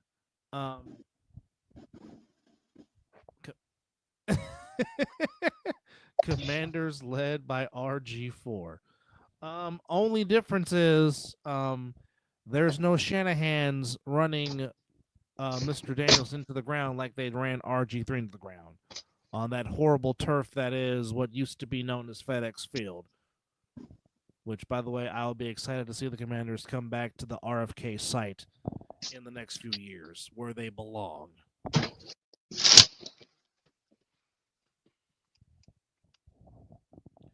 Oh, which 2-5? I must ask you, what are since you were there and you went there live, what are your thoughts on SoFi Stadium? Since you did go there to watch your Ravens beat the Chargers on Monday night, what was your? It was dope. Yeah. It was dope. They got a pretty decent stadium. I like it. Shit, you can order. You can even order fucking food with Uber Eats in that motherfucker. Like, you know what I'm saying? Shit's crazy. I ain't never did that unless that shit's always been there. But overall, the seating wasn't bad. Dope view. energetic crowd. Fans are fans. It was decent. I actually enjoyed it.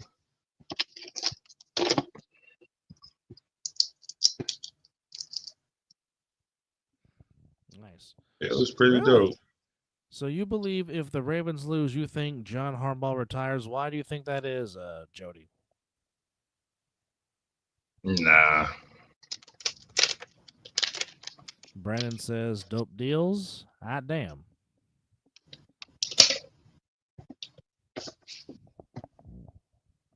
I don't see him retiring. We haven't had that much of a losing streak for him to want to retire. And plus, I still think he just enjoys coaching. 100%. And then his brother just came back. Yeah, so he definitely wants to have that sibling rivalry for as long as he can, considering that John has 3-0 against 4-0 against Jim. Lifetime. Yeah, I don't see Harbaugh doing that. That's that, like you say, he loves football too much for that. Too much fun right now. Oh, living rooms. Oh, well, interesting. So, Oh, don't give Mizzle hope. Don't Decorative- give Mizzle hope, Jody. Because he would take that right now if he could. oh, now hold on. See, that's crazy because there's been some speculations that if Mike Tomlin don't win in the playoffs, that might happen. But then here's the thing about how I feel about that. The Steelers don't fire their coaches. They retire. They let them do what they need to do. So that might be a little hard for me to understand for that, but I will take Mike Tomlin in a heartbeat. Okay, would you take? Do you take Mike Tomlin or Deion? Mike Tomlin. He did not hesitate.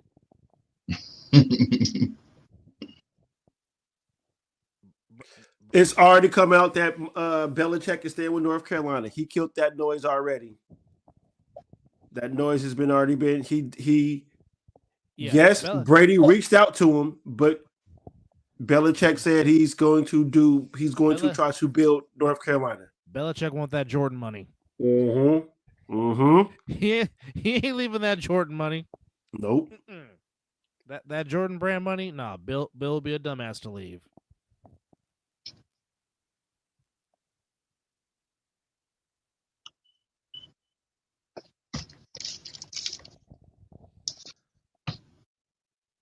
Answer about what? Now Zelly wants to pull a doubleheader. Okay, Zelly, stand by. Because we need to talk about Joe Broncos trying to beat the Bills in Orchard Park. So stand by. We're getting live up in this piece. The chat has been on fire. Hey, thank you guys. This is why we love to do this show.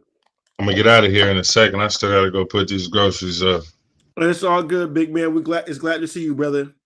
I appreciate y'all for always having me. Well, you always know the door is always open, man. We can't wait till you get yourself started. Jody. Oh yeah. I'm stationed now, so Santa Clara good. would be idiots to trade Brock Purdy. I do not want the happy couple of Devontae Adams and Aaron Rodgers, because you saw what happened in East Rutherford, New Jersey. They could. I mean, but is it safe to say that since Adams been back with Rodgers, he's been kind of looking like himself a little bit? Not really. No, because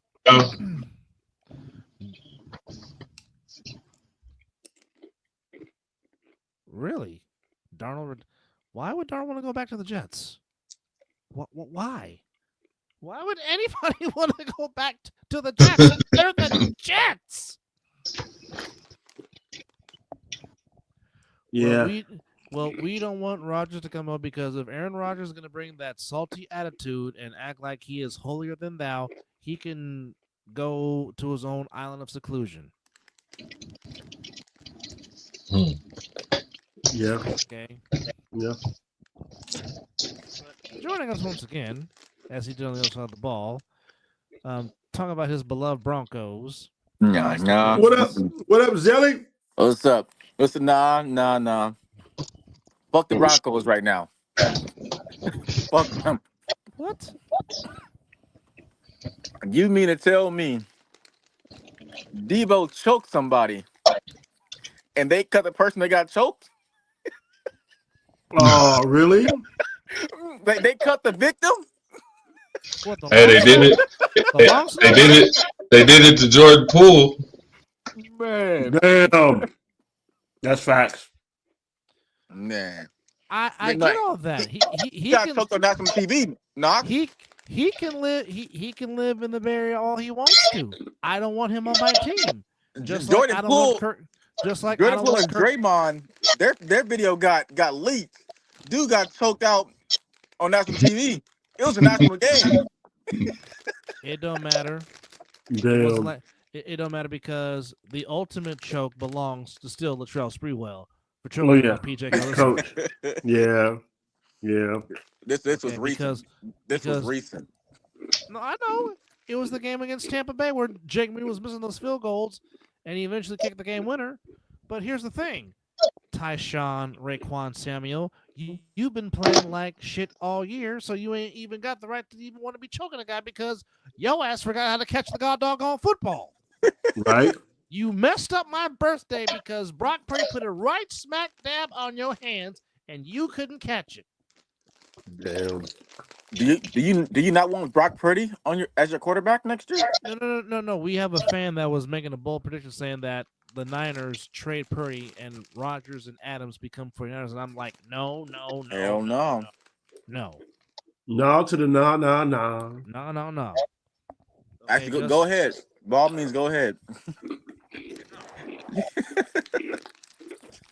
That was my question. If one NFL coach has to get choked by Latrell Sprewell, who do you pick?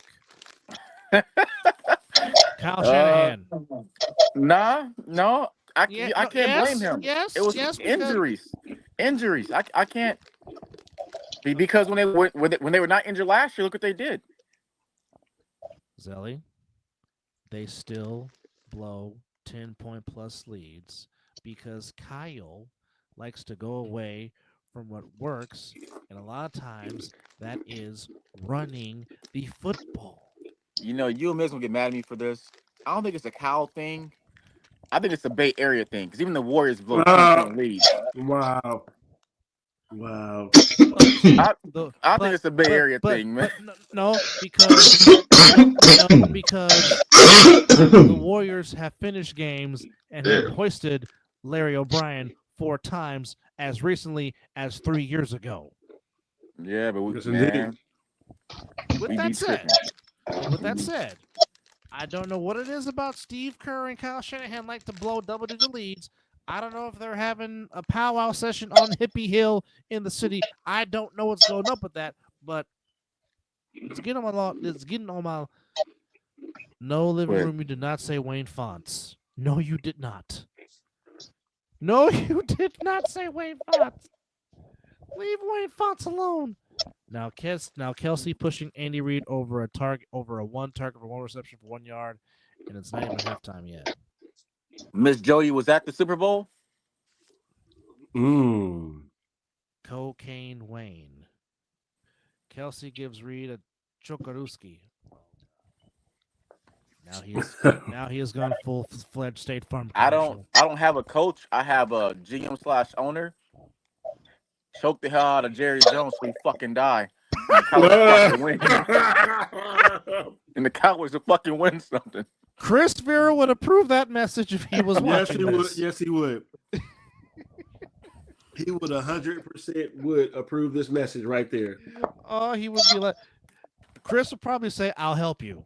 Oh, baby, man, I wouldn't put it past him.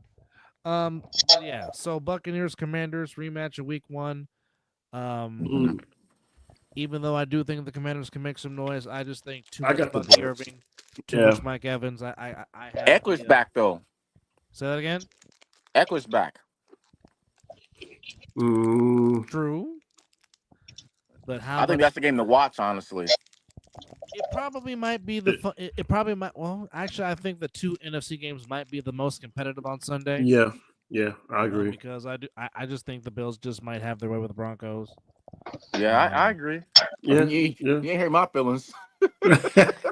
No, I'm not trying to hurt your feelings. I'm just speaking analytical. That's all. Bo Nix might have a good game, but I still think the Bills might still. Well, like I pull said, it out. Denver's on their way now. What Denver has to do is figure out who their running back is. Yep.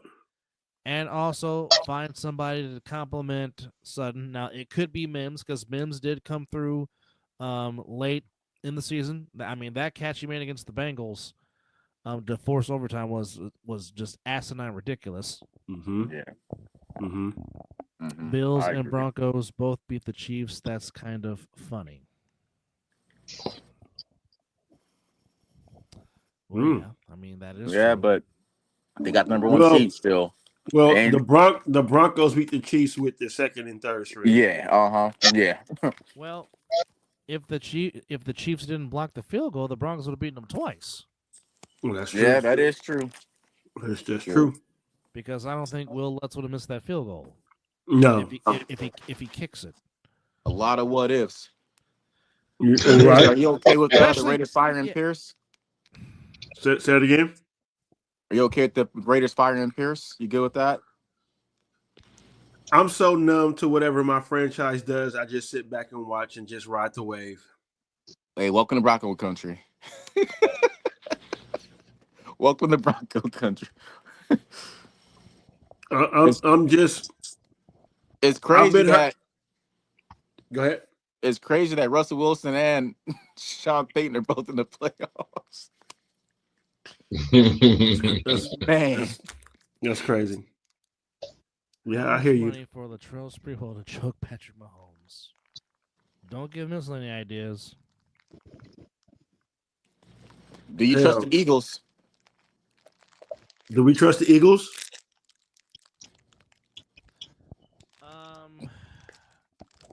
If Nick Sirianni sticks to giving 26 of the ball, that's the key thing. But then again, AJ Brown going to complain again. But then again, Kellen Moore is the offensive coordinator, so I don't know. Yeah. Yeah, that's gonna be an interesting game to watch too. As you said. And then we turn to Monday night, possibly in Inglewood, California, possibly in Glendale, Arizona, but it is still the Inglewood Rams taking on the Minnesota Vikings in a rematch from Thursday Night Football where they miss an egregious face mask call on Sam Darnold. Vikings coming in, getting hit in the mouth. Rams coming in, playing some good ball as of late. Is it in Cali? Right now, it is. Stands this moment, they're still planning to play the game in Inglewood, but if things obviously get worse with the fires in L.A., State Farm Stadium in Glendale, Arizona is on standby. So what the fuck? Well, this is not the first time because remember back early in this century, there were fires in San Diego. And the Chargers moved their Monday night game to old Sun Devil Stadium in Tempe to play their game on Monday night. So, obviously, Arizona's which was a good game. Obviously, Arizona's ready to step in to assist if they need be. And they really have the not-so-good version of Justice League on the TV right now. You mean the Justice League? Yes. Yeah, I don't watch that one. Neither do I. No, that's the version of Justice League we do not watch. Yeah, most definitely. Not at all. Vikings fans love. They love Kevin O'Connell, which I said Kevin O'Connell should. He should. Yeah. I don't know where they're coming out talking about trading Kevin O'Connell. Why would they do that? For who? What? I don't know. I think somebody just needs clickbait. Yeah. Yeah, they better just shut the fuck up and sit back and enjoy it. Kevin O'Connell is the Vikings head coach. That's his name. Former quarterback. No, I'm informing Brandon who that is. Okay. He was a former quarterback at San Diego State University. Was pretty good at San Diego State. What's your question, Miss Jody?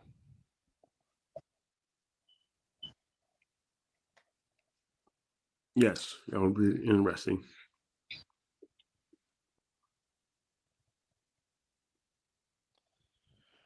But yeah, that's his name, Kevin O'Connell. Not Jerry O'Connell, who was the voice of Batman on the Justice League animated films for a few animated movies. Yes. Just putting out useless knowledge.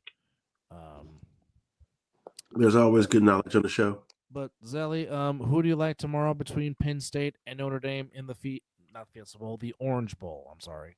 Mm-hmm. Is that one in Florida? That's in Florida, in Miami. Yes, indeed. I don't know. Probably, I'm leaning more towards the Irish, honestly. Interesting. I took the Nittany Lions. Yeah, shoot. That's gonna be a good game, though. They both run heavy, right? Yep. But I believe one team has a better quarterback. I agree. Yeah. I agree. Especially under those circumstances. Yeah. Yes, sir. I think Penn State has the better quarterback. I agree. He can be I an just OC. don't. I don't trust. Just not a head sorry. coach. If he's coming back strictly as an OC just to call plays, that can work. Him as a head coach, absolutely not. But as You a gotta stay his ass coordinator, in college. it can work. No, not even that. Stay his ass in college. I think he can be a good NFL OC, but he is good with college though. College is his expertise.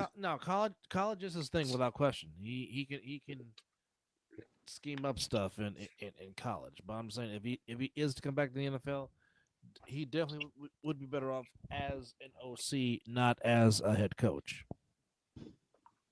But I agree, Miz. I do believe Penn State has the better quarterback. Absolutely. I just believe if Notre Dame somehow limit Penn State's tight end, their passing game is done. Oh. Because remember that Penn State tight end was he killed USC when they played USC at in SoCal.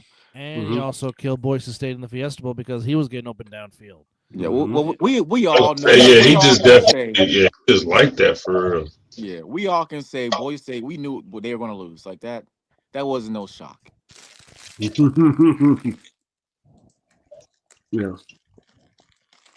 but I think yes, Tyler Warren is his name. Yes, absolutely. I believe the Irish can match up well, like their defense against Penn State's offense.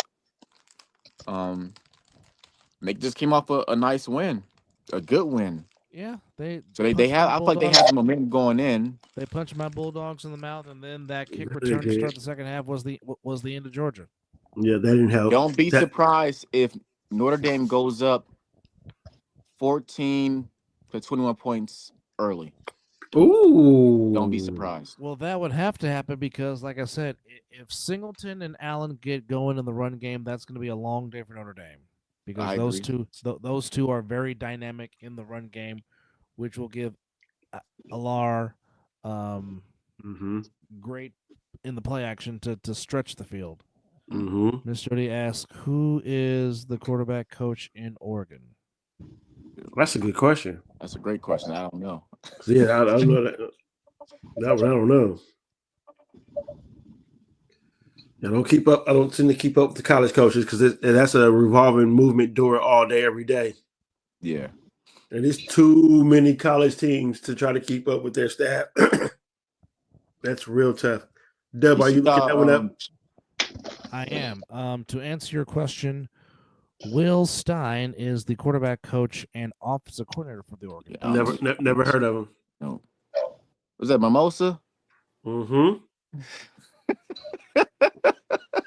Boy, I got to be up early. Right, up early. Oh, yeah, he did say this is off day. Yeah, let's say it. Yeah. You got to be up early. But Dub, you see, your Bulldogs picked up that receiver from A&M. A lot And of the transfer times, Miss portal. a lot of times, Miss Jody, sometimes they actually do both. Some QB coaches are the OCs. We were just talking about it earlier how Hugh Jackson a lot of times was the quarterback coach and the OC when he was coaching in college. So a lot of times in college, not necessarily the NFL, but certainly in college, most quarterback coaches are the OC. So yes, they can become OCs from being the QB coach. Absolutely, yes, ma'am. She got great questions. I like her. No, Man. she's her and Brandon have been solid all night in this chat since we came on the air. Exactly. Love Just it. don't be Joy Taylor. No, on that note, I'm out of here, y'all. I gotta go put some stuff away, and I gotta get ready for work on the board there. 2-5, Right on, good to big see you, man. brother. It's good to see you, Hey, brother, I man. appreciate y'all. All right, Yes, Zelly. Good night, everybody. Yeah. Good night, 2-5. Sorry. Oh man, Brandon, that's a good matchup to key on Saturday between Lam McConkey and Kamari Lassiter. Okay. Bo Nix versus Jordan Love versus Jaden Daniels. Jordan Love. I'm a Broncos fan, ma'am. I'm a Broncos fan. I like Jaden Daniels. Jordan Love is doing his thing. Yeah, he's been more consistent. All three of them are doing their thing, and they all do it so differently. And I think that's the great thing that you can appreciate about all three of them. Joy Taylor was trying to become Mrs. Dixon, became.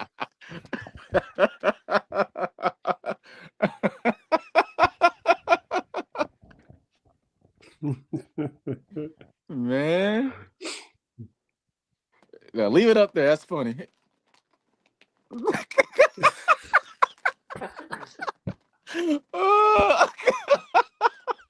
yeah.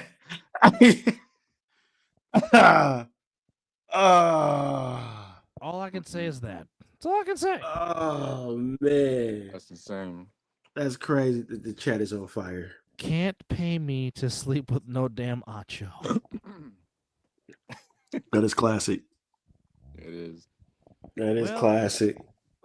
But that's like saying that they couldn't pay her to sleep with Skip Bayless. I don't know. 1.5? It was sounding like Skip Bayless was jealous or something. Hell yeah! You gonna see something Shannon Sharp? I can treat you better. I care. You don't get your loving. By the way, he's married. Skip Bayless is married. Yeah. By the way, not gonna lie. Imagine thinking about 1.5 million every haircut. So is this new era of NFC versus AFC number 12 versus number 12, but number 10 versus number 10? 1,000 haircuts later, you might change your mind. Not necessarily. It's just 14 teams make it, 7 from each conference. You have your 4 division winners and your 3 wild cards. I don't think it's going to get too much drastic. I mean, obviously, we know some fans are going to complain about 12 teams is not enough in college football. They'll be like, "Well, let's make it." You know what? I do too. It. I do too. No, I like it. I'm just saying, probably in 2 years they'll probably go to 14. Another 2 years. Yeah. They're going to still add on. How many teams is there for the D2? No, it's not. Was it with North Dakota State? Is that? I think that D1 AA? That's a good question. I feel like it shouldn't go past that. Whatever they do in that division, it should be the same for D1. I kind of like that idea. CFP. I like it. I do. I mean, I don't agree with some teams getting in. No. I don't agree where they had some teams ranked. Okay.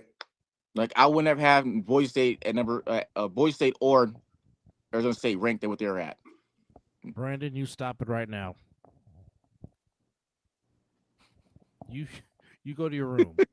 You go to timeout right now. Man, the comedy hour has hit. Man. I ain't mad. I do like this new setup right now because it gives those teams that opportunity to make it that you think that should be there. I said think Yeah. because it's a lot of it's. Go ahead, Sam. Go ahead. Sorry, my bad, brother.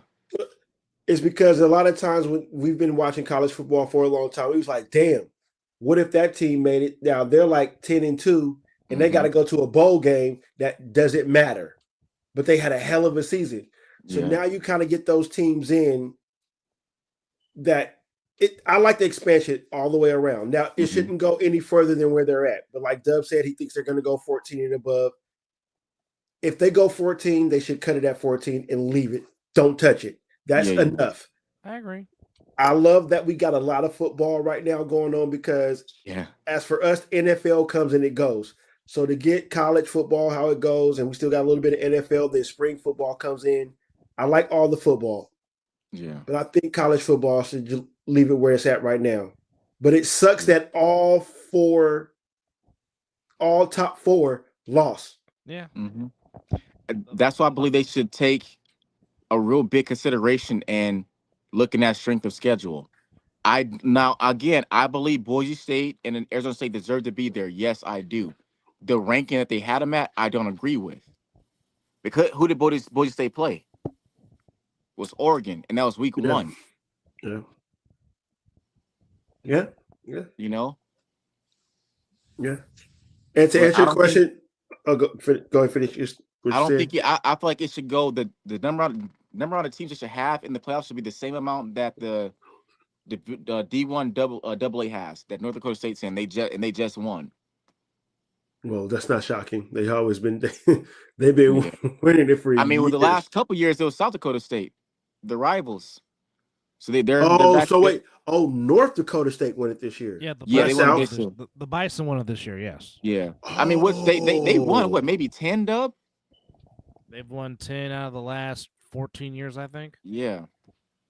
Wow. Okay. No, North Dakota State. North Dakota State produces championships. That's what they do. Mm-hmm. Just don't drop their quarterbacks. 100%. Injury prone. 100%. Are they better off best served as a backup? Yeah. Out the way. What Carson Wentz and Trey Lance are both backups now. Yeah. Crazy. Both played in the same college. Mm-hmm. But besides, go ahead. Sorry, go.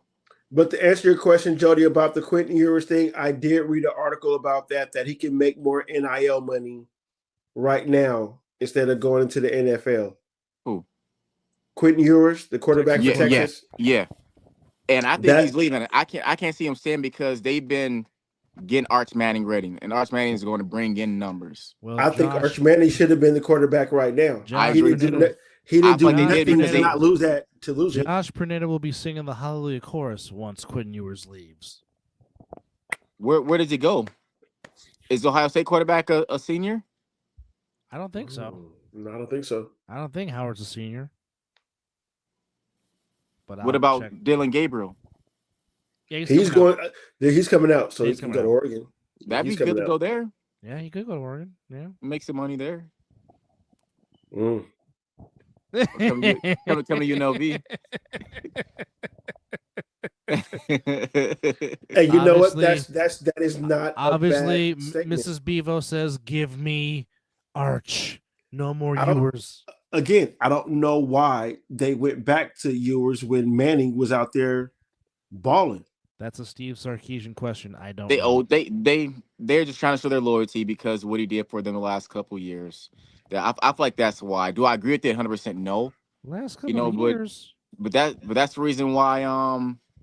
Who was that? Was Adrian Peterson didn't go to Texas because he didn't have a chance to start because he got told that the starter that was there last year, the year before, they promised he's a senior, so he has to get the go at it first. Miss Jody, are you talking about the quarterback from Syracuse, that Kyle McCord?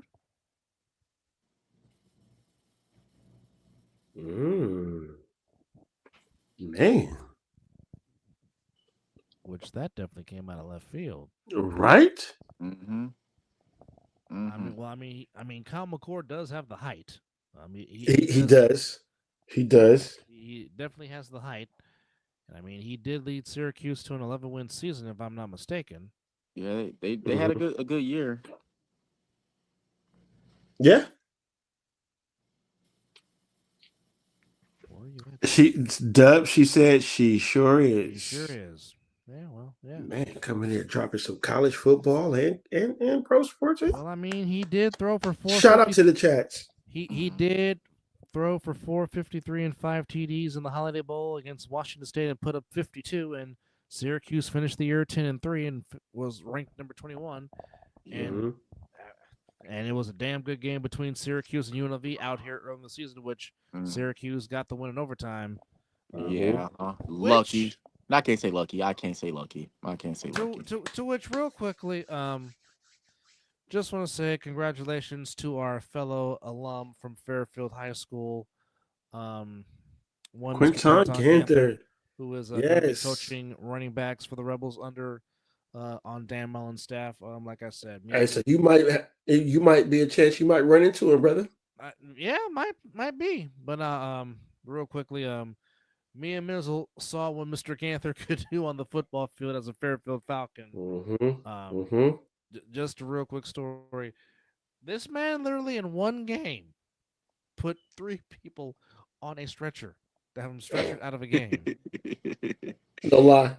No, me and Mizzle were there. Saw it with our own. Like, really? Thank you, Miss J, for subscribing to us. We appreciate it. I just got the update. We appreciate you. Yeah, man. But no. And don't be fooled. Quinton could have easily played defense because he was just as good at linebacker as he was at running back.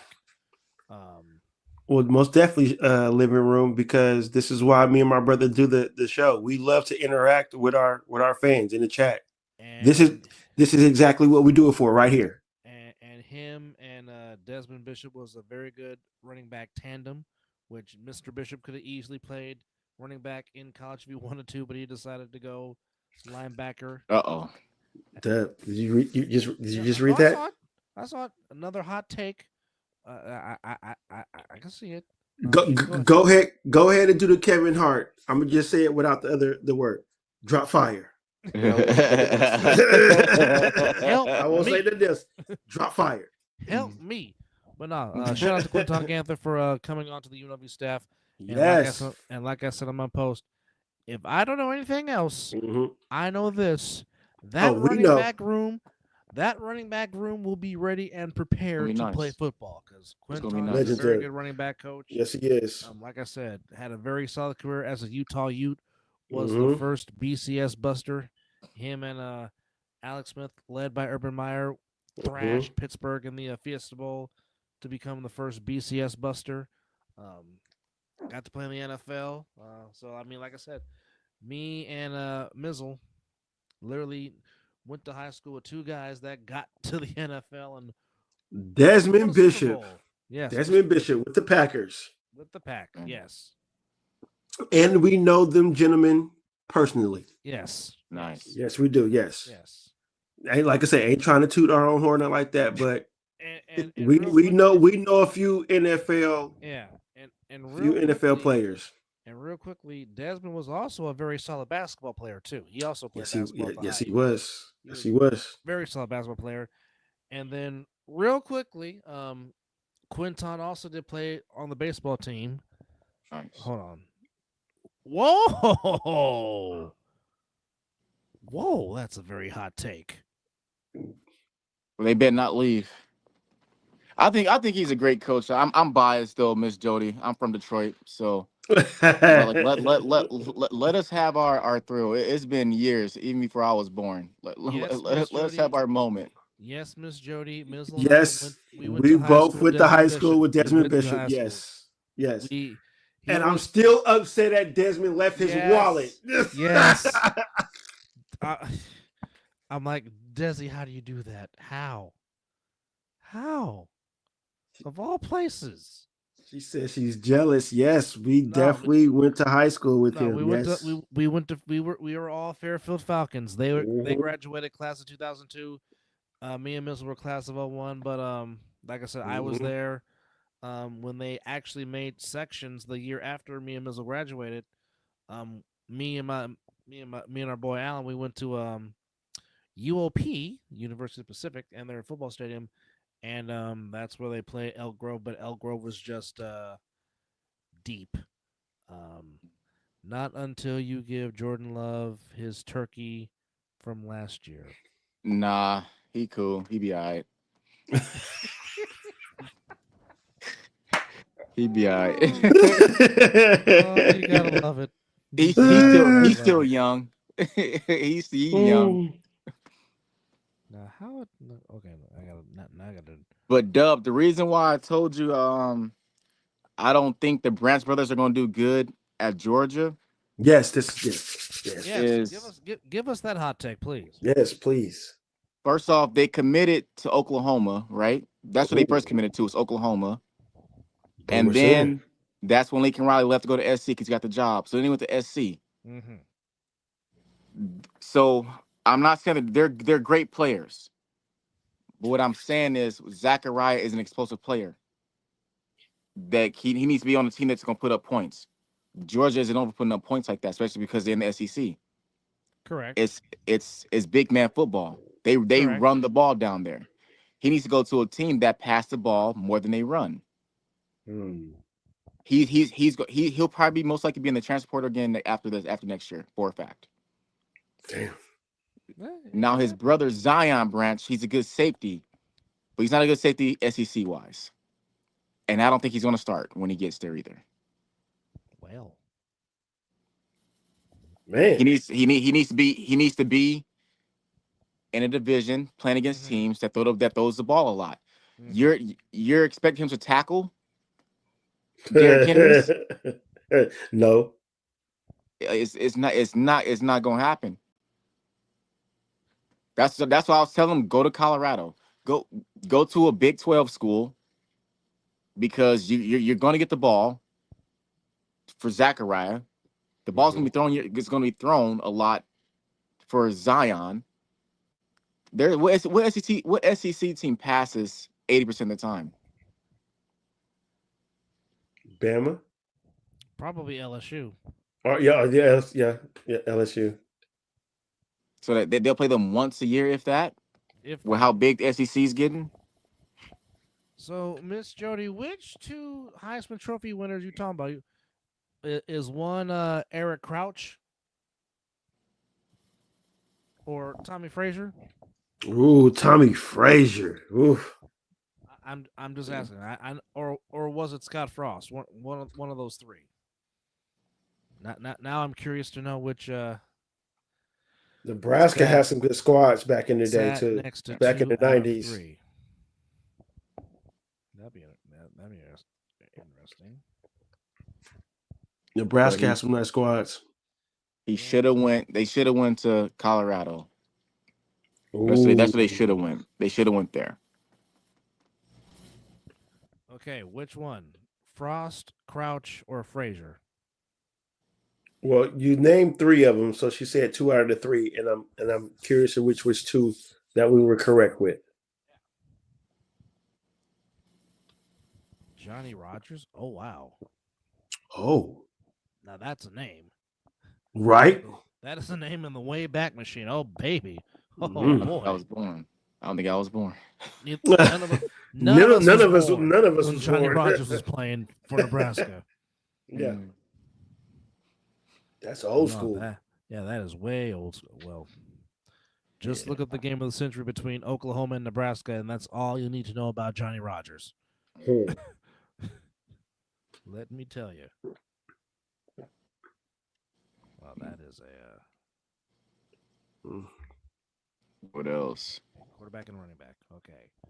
So, and running back. Is it Tommy Frazier or Scott Frost?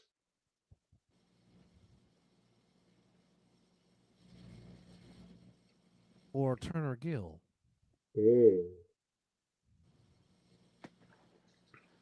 Or Mike Rozier.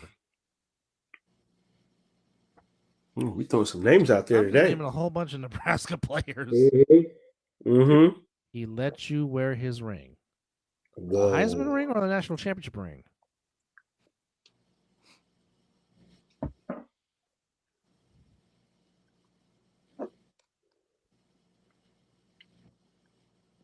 He was only 5'9". Oh wow. Wow. Zelly, are you ready for March? I'll be ready. I'll be ready. He says I'll be he ready. will be ready. I'll be ready for sure. Oh, is that Knox made a good suggestion to Dub is to Johnny do like Rogers and Crouch. Okay, Eric Crouch. All right. Nice. to do a top 7 list for 301 throwers and 301 coverage guys. Yeah, he came out there and just Yeah. well, why not? Yeah. Well, we seen what you did in the most important game of the season.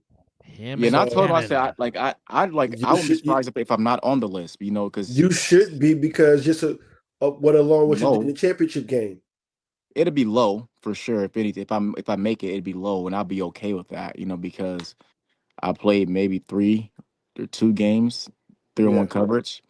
Yeah. You know, But again, it's not what you do in the regular season. It's what you do when the game matters the most. yeah. You made some good freaking tackles. You know what I'm saying? And I'm not saying that because, and then you know, show the passion to boot after that. Exactly. So yeah, you should be in that category as well. But that's. I mean, I'm definitely coming for it for sure. I definitely am, and then I feel like what great way to do that against the returners in Vegas. You know, against like the Webbs, the Lavishes, the Savion Cunninghams. You know, He's like, I just See, went through somebody. exactly. Savion better not let me get my hands on. I'll tell you that right now. Oh baby. I'm trying to tell you. So are you going to focus more on the defense and special team side of the ball this year? Yeah, that's what I want to do, and I'll rotate in with Donnie. We call ourselves Sonic and Knuckles on the 3-on-1 return. Love it. Sounds And like then we need t-shirts. what you call what you call Cannon Duff? Because he wear the ski mask. I said if you're Sonic and Knuckles, I'm saying does Cannon? So Cannon got to be Shadow because he hides his face. Gang. So she says, so DK Metcalf, George Pickens, Garrett Wilson, T. Higgins, who gets traded or ends up on a new team? Well, T. Higgins is a free agent. So yeah, he can go wherever he pleases. But he's been coming out saying that he wants to continue to build with Jamar Chase and Joe Burrow. And I'm not mad at him for that because that is a special trio in Cincinnati that they got. Because guess what? Their defense built them. Yeah, exactly. But the both of them makes each other's life easy for each other. Oh, absolutely. They're both fucking threats. And that's what you want as a quarterback. When both of you, when you're 1 and 2 can be equal parts, because T. Higgins can be a number 1. Yes, let's not mistake that for anything. Yes, he can. We know Jamar Chase is a pure number 1, Triple Crown winner. So when you got that, just all they need is a dominant running back. Yeah. Yep. If I on that team though, they have a true number 1 and a true number 2. Exactly. And they played their roles. Yes. But yeah, they definitely do need a running back.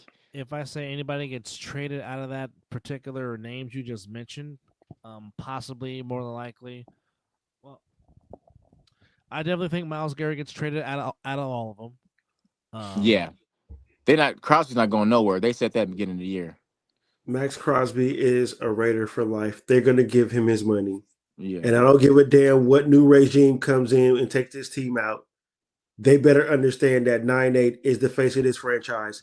And if you do a John Gruden and move Max Crosby like he did with Khalil Mack, this franchise will lose their everlasting shit. I don't think he's going nowhere. Because I don't think so either. He could have left to come to my Lions. And he said, no, I want to be a Raider. Mm-hmm. So that's why I don't think he's going to go anywhere. If Bengals want to fix their team, pay Chase, pay Higgins, make Salah their DC, and let Salah make all the draft picks as defenders. I don't disagree with that. Well, Yeah. And the good thing with T. Higgins coming out and saying that he doesn't want, he will take a good portion of whatever the Bengals want to offer him to come back and play with them because he wants to build off what they're building. So, yeah. Yes, I do. what was the Yes, question? Brady's ever keeping Crosby. Crosby is the that's his team.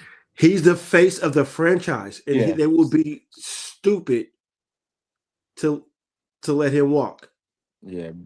And I'm pretty sure they discussed with him that AP was getting fired. Yeah. I think they communicated with him because if you saw on the show that he did on this podcast, it kind of felt like he knew something was coming up. So I just hope that we do the right thing and get the right coach. We need the coach. Yeah.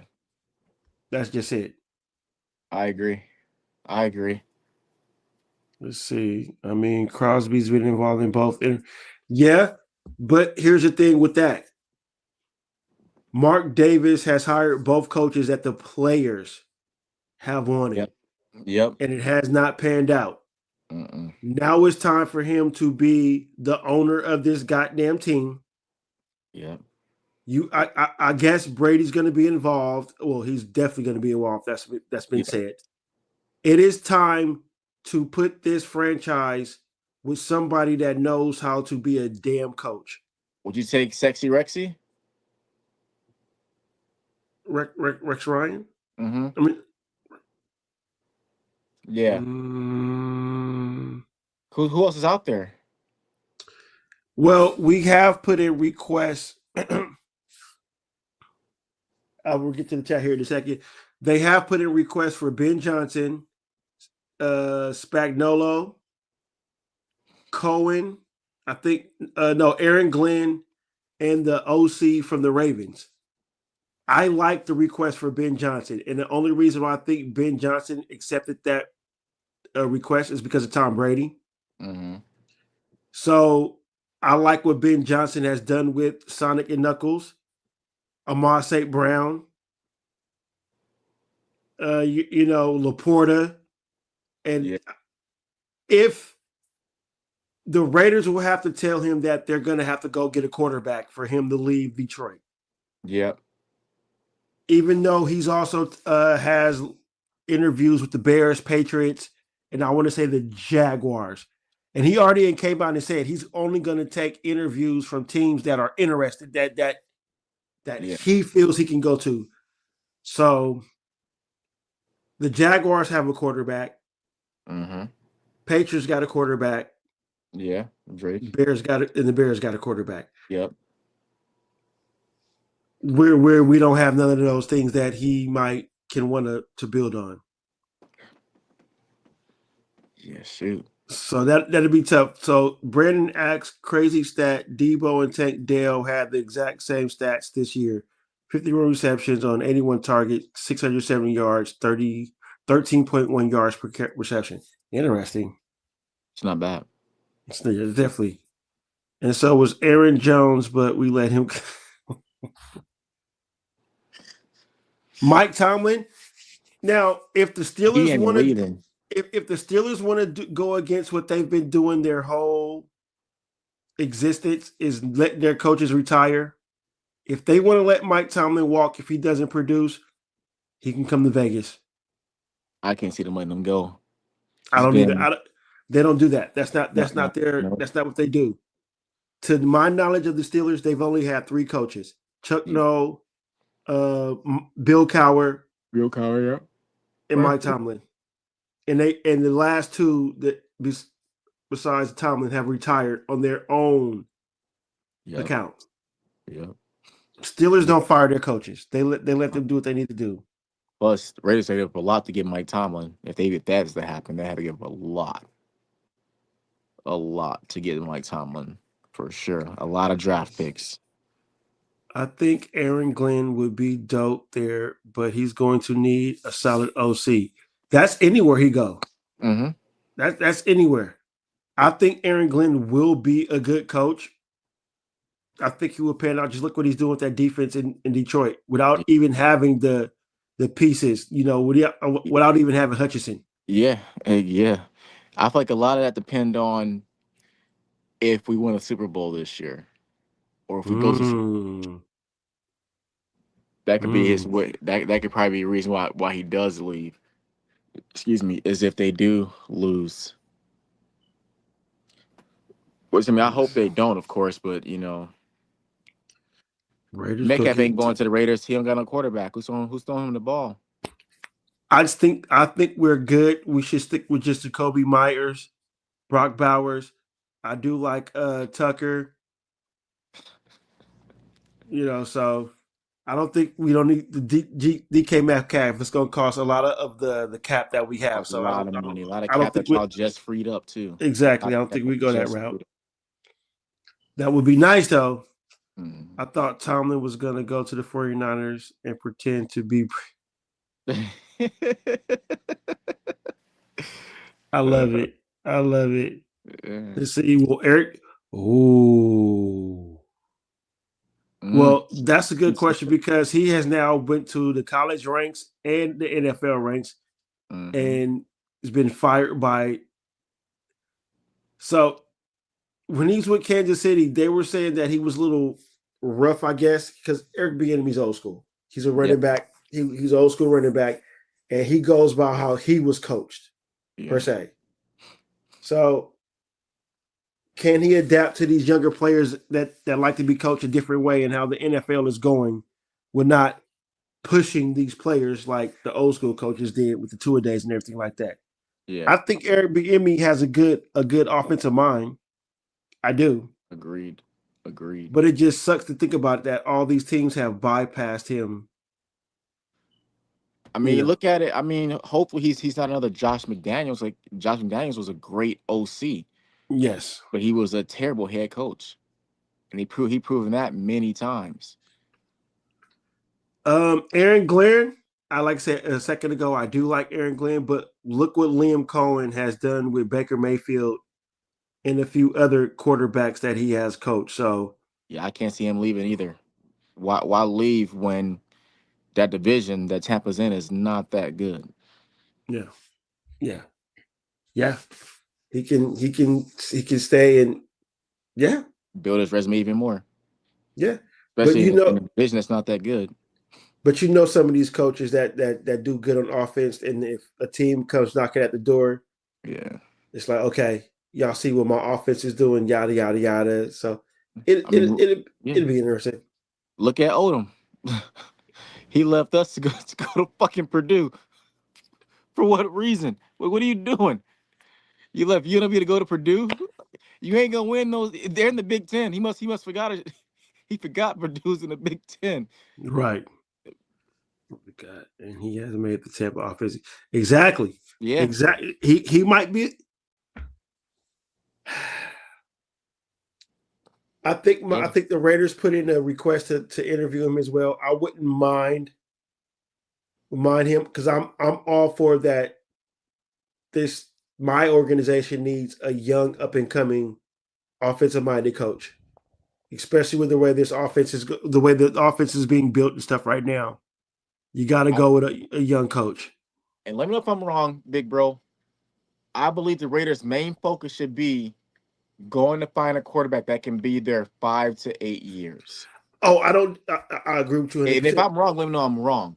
I feel like if the Raiders find a quarterback that is good enough, the dominoes will fall because everybody wants to play for the Raiders, and I'm a Broncos fan saying that. It's too much history behind that black and silver. Too much. There is. You're not wrong. And money's coming in, Miss Jody. We're about to get a basketball team. Yep.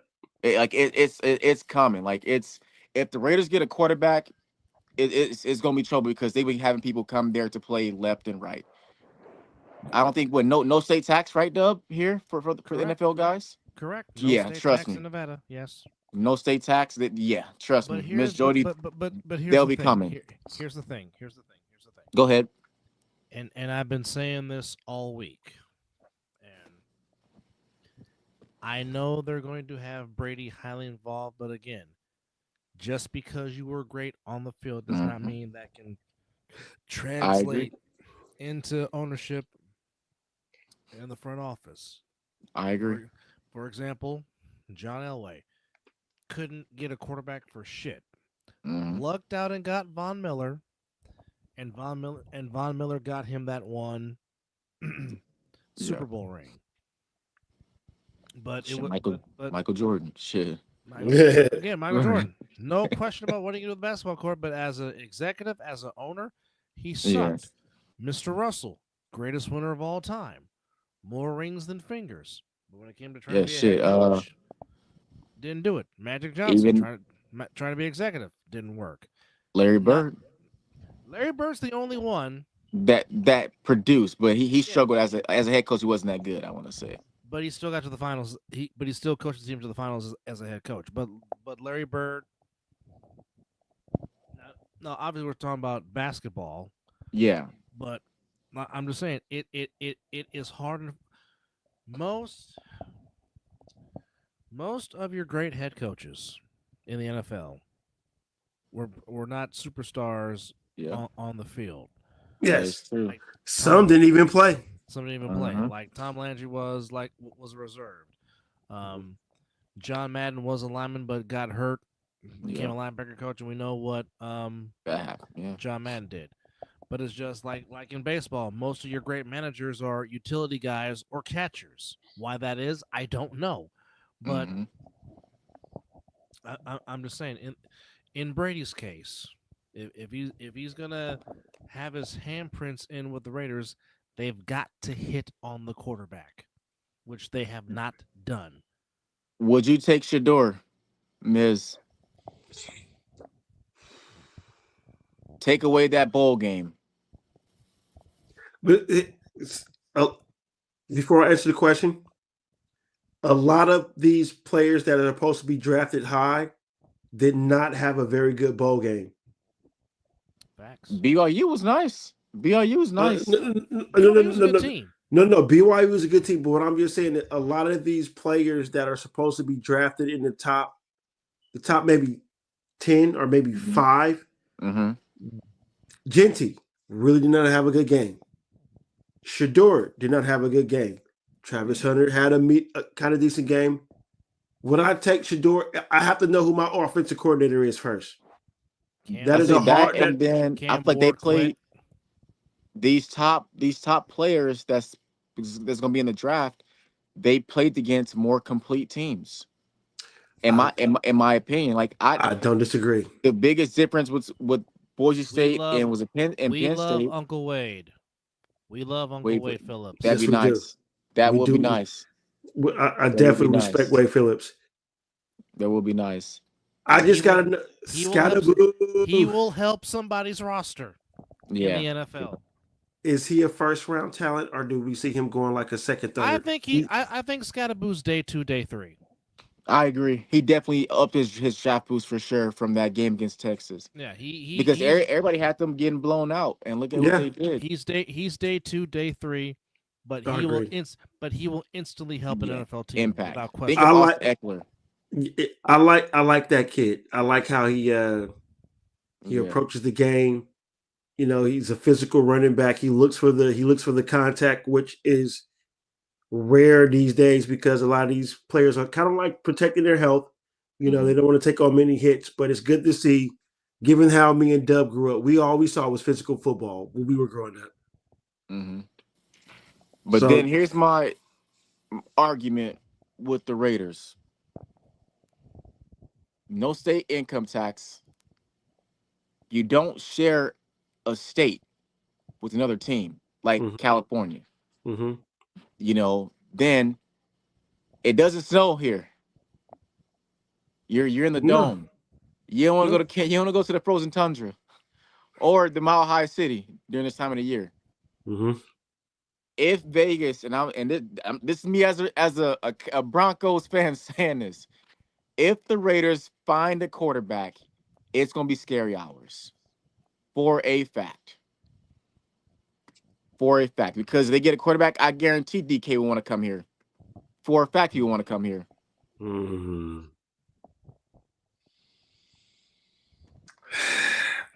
I gotta know who my offensive coordinator is before I just ask Dub how nice he looked in that UNLV stadium. I'm trying to tell you. Oh no, I've been there and watched SummerSlam. I know what the inside looks. I want to see a football game. I mean, a Raider game, and it looks like I'm gonna try to get out there next season because the Raiders are playing the Cowboys, and I'm married to a Cowboy fan. So, You're gonna put a dividing wall between you guys at the game. no. Well, look at Miss Jordy with the take. I'm taking a QB that is here now in the NFL. Y'all can hold out, get y'all's O-line solid, and wait for the draft class of Manning, Riola, McCord. Hopefully that Bryce Underwood kid pans out. I know. What quarterback would you take now, Miss Jody? Exactly. That can actually go. That can actually leave. Like not a pipe man's dream. Mm-hmm. The only one I can think of, he only give the Raiders maybe 3 to 5 years. It's Matthew Stafford. Ooh. That's the only one I can see. But then they got to either draft a quarterback or get a quarterback that's young, so Matthew Stafford can train him and mentor him. But if I got to choose, I'm taking Matthew Stafford for sure. If I was a Raiders executive, because who else is available? Yeah. Well, Kyle McCord is a senior. Well, J.J. McCarthy is stuck in Minnesota. Would you take Darnold? Would you take Sam Darnold? I wouldn't. It also again, Zelly. It goes on who the offensive coordinator. Exactly. We can get the quarterback. I just need to know who my OC is, and then I can sit here and say, yes, I can take that quarterback to even with an OC. I wouldn't take Darnold though, big bro. Darnold is in a great system. He's in a great system. Yeah. He can't. He's not the leader of that team. He doesn't call the shots on that team. He gets told who and when to throw the ball. You can't put that much pressure on Sam Darnold where he gets to choose who he's throwing the ball to. We got to learn that. Well, Stetson Bennett has to be sober first. Put down the bottle. I mean, Stetson Bennett's got talent, led my Bulldogs to back-to-back national titles, but he's got to put the bottle down. He was an old ass college player though too. That dude was a granddad amongst young grown men. He wasn't Chris Winkie.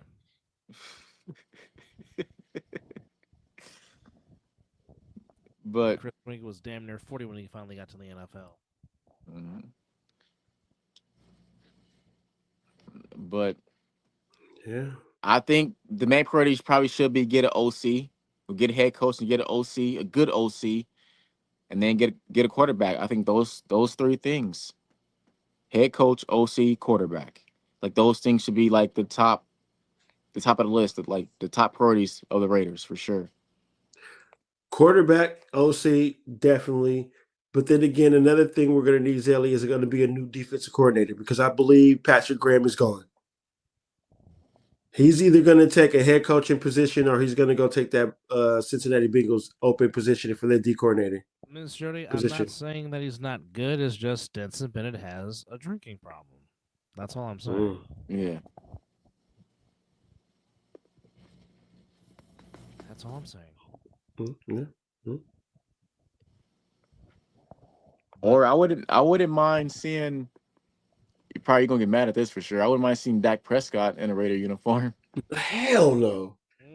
not on that. Is that we can't we don't want to put all our money into getting him. He is expensive too. We have to spread this money out. And a good thing is, it would be best to get a rookie quarterback to deal with his contract, so you can build around that with the money you have. Because you got your tight end. Yes, you got your tight end is locked, solid. You know, Jacoby Myers is showing that he could be a number 1. I feel like y'all need to get a true number 1, and then that'll help out Jacoby Myers even more. I understand that, and I'm glad you said that because he does have the ability to be that. But I like him as that 2 role. where the focus is not on him, Mm-hmm. and you got to focus. Well, to tell you the truth, Brock Bowers makes him that easy number one though, because Brock Bowers is going to demand more of your double team. So that's going to open up Myers to get open and stuff like that. But we got to get somebody that can develop this running game in as an OC. Yeah. Now, if we can't get the quarterback right now, hell, go ahead and get Genty. Fuck it. At least you know you got a running back. I say get Genty and then go ahead and pick up Leonard Fournette on the veteran minimum. He looking good. But I still like that. Right, I still like to see McCormick though. I would still like to see what McCormick can do. Before he got hurt, he was running his ass off. Yeah. So I would give him that more opportunity as well. Definitely. Boy, I mean, this draft is going to be real interesting. I think Joe Flacco, he doesn't mind being a backup and to teach Trey Lance look better this past offseason, way better than the last two. He need to just quit. He needs to retire. Yeah, I'm with you on that one, I thought Trey did some good things in this last start. Here, okay. People want to call Trey a bust. I don't know how you can call him a bust when he's 2-2 and 4 career starts. Here was the problem with Trey, and here's why it didn't work in Santa Clara. I was all for drafting Trey Lance because I damn sure did not want Mac Jones on my team.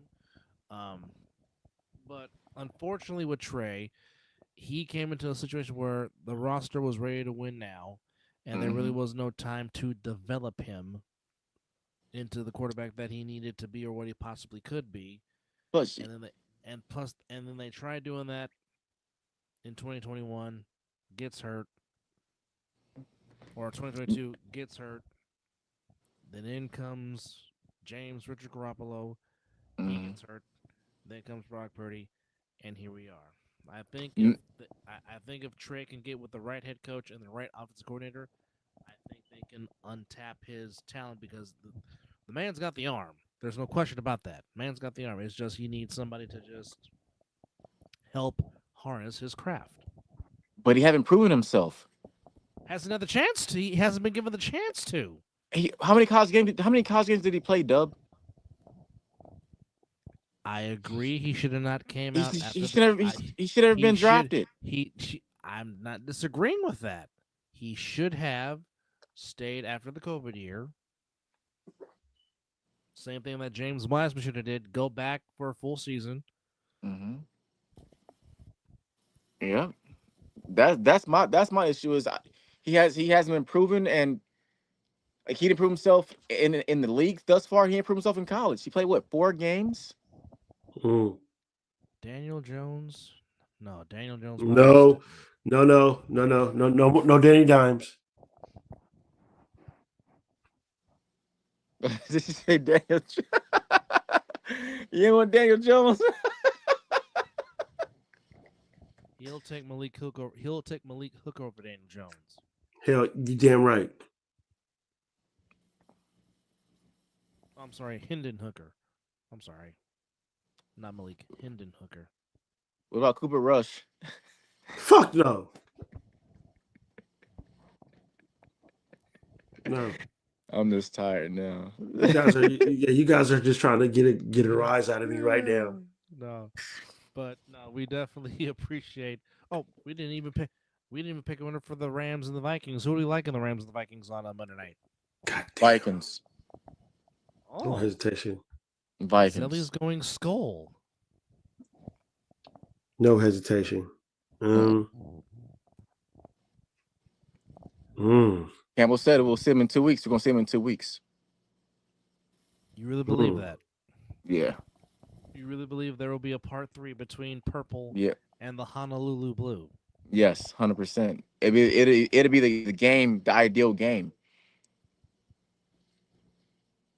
Because I mean, it was fun playing Stafford last year in the playoffs and playing them this year in the regular season. We don't want to see his ass again. We're just gonna blow him out.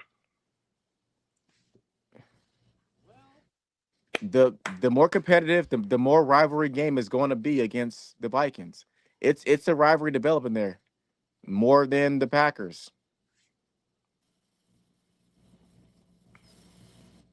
because both rosters are somewhat young, competitive, It good. is a good thing Country K is not in here right now.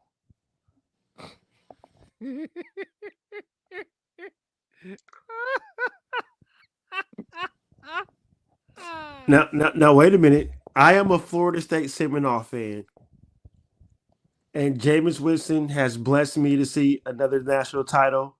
Hmm. But the Crab legs NFL, also. Crab legs. exactly. But the NFL version of Jameis Winston, I do not claim him as my quarterback.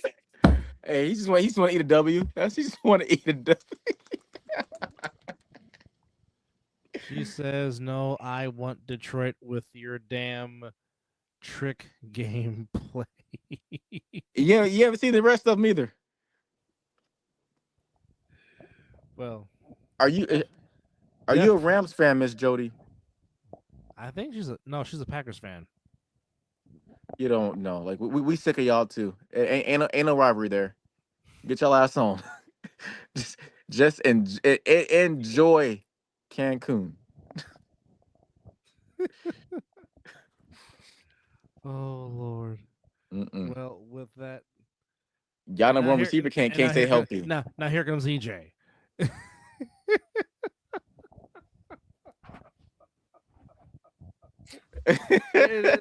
Man, It's facts. It's facts. call himself the hype preacher. It is a good thing Country K is not in here right now because he'd be going off on a tangent talking about Instantly. Yeah. Which shout out to Country K. We miss him. Oh, that's Packers not bad, but they're the baby brothers. We're not worried about them. No, not at all. What did he just say? I just said, "Damn it, Beavis," but nonetheless, Oh, I said y'all the baby brothers. That's what I said. The Packers are the baby brothers. You're not worried about y'all. well, we were definitely not expecting to go 2.5 hours. No, but you know what though? It was a Love good 2.5 the hours. Yes. chat. Yeah, the chat was on fire tonight. This is what me and my brother love to do with this and have guests on and to have fun with our fans in the chat. So we appreciate that. Definitely loves we milking it. Just stirring the pot a little bit. Damn it, Zilly. Damn it. No, I appreciate y'all having me on, man. I love y'all. Hey, we love blessings you too, y'all way, man. I pray that everyone's safe, everyone's family safe. Yes. Everyone is fully health and strength, rejuvenated. Even though 2025 is trying to kick us in the nuts right now. Yeah. With the fires and then waking up to that crap with the shootings and yeah, it's been insane, man. I was just telling Dub on the other side of the ball. I just pray that we see less deaths. We see less EJ, pay attention. This is for you. Those earthquakes, fires. We see less all that this year because all that shit for sure. It killed us, man. And I just want peace. I just want more. I just want peace. Yes, Lord. But Miss Jody, sorry, we ain't nothing to bring. we good on y'all. I got extra Lions jersey just for you.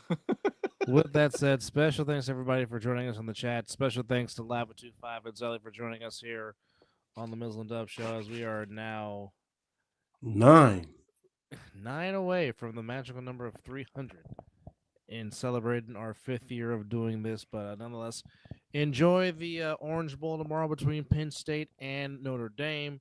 Enjoy the NFL playoffs over the weekend. And if your teams are in it that you're cheering for, good luck on Saturday, Sunday, and Monday. And the Mizzle and Dub show will be here for it all to dissect and talk about it. But in the meantime, it's nap time. Come to death row. Yes, sir. Yes, sir. Come to death row. But nonetheless, as the super dope beat maker, takes us out. Miss Jody, we wish we could, but some of us gotta take naps. But nonetheless, I got school drop-offs and work. but thank you, Miss Jody, for chiming in with us and giving us some very good takes tonight. Definitely appreciate it. Definitely continue to keep it to bring it. We appreciate you guys for hanging out with us. Don't forget Friday the All Pro Jaffos Highly Elevated Sports Talk for the highly elevated sports fan on the Jaffos TV YouTube channel. Also, don't forget to check us out on the Mike and Colby Network. Episodes galore up there on their channel, which we appreciate them for their support. So with that said, it's 5 o'clock some damn where you've been watching the Mizzle Dub Show, and that deserves a Yeet. Love Good night, y'all, everybody. man. Love I y'all. love you too, Zelly, man. And again, Appreciate you. Los sir. Angeles, California, you are in our prayers. God be definitely with in our you. prayers. God bless you. Be safe over there. Indeed.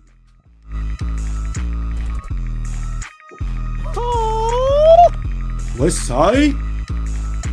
Right till we die.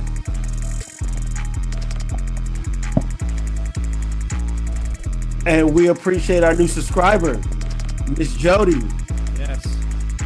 Come back next time. Gave us some very good takes.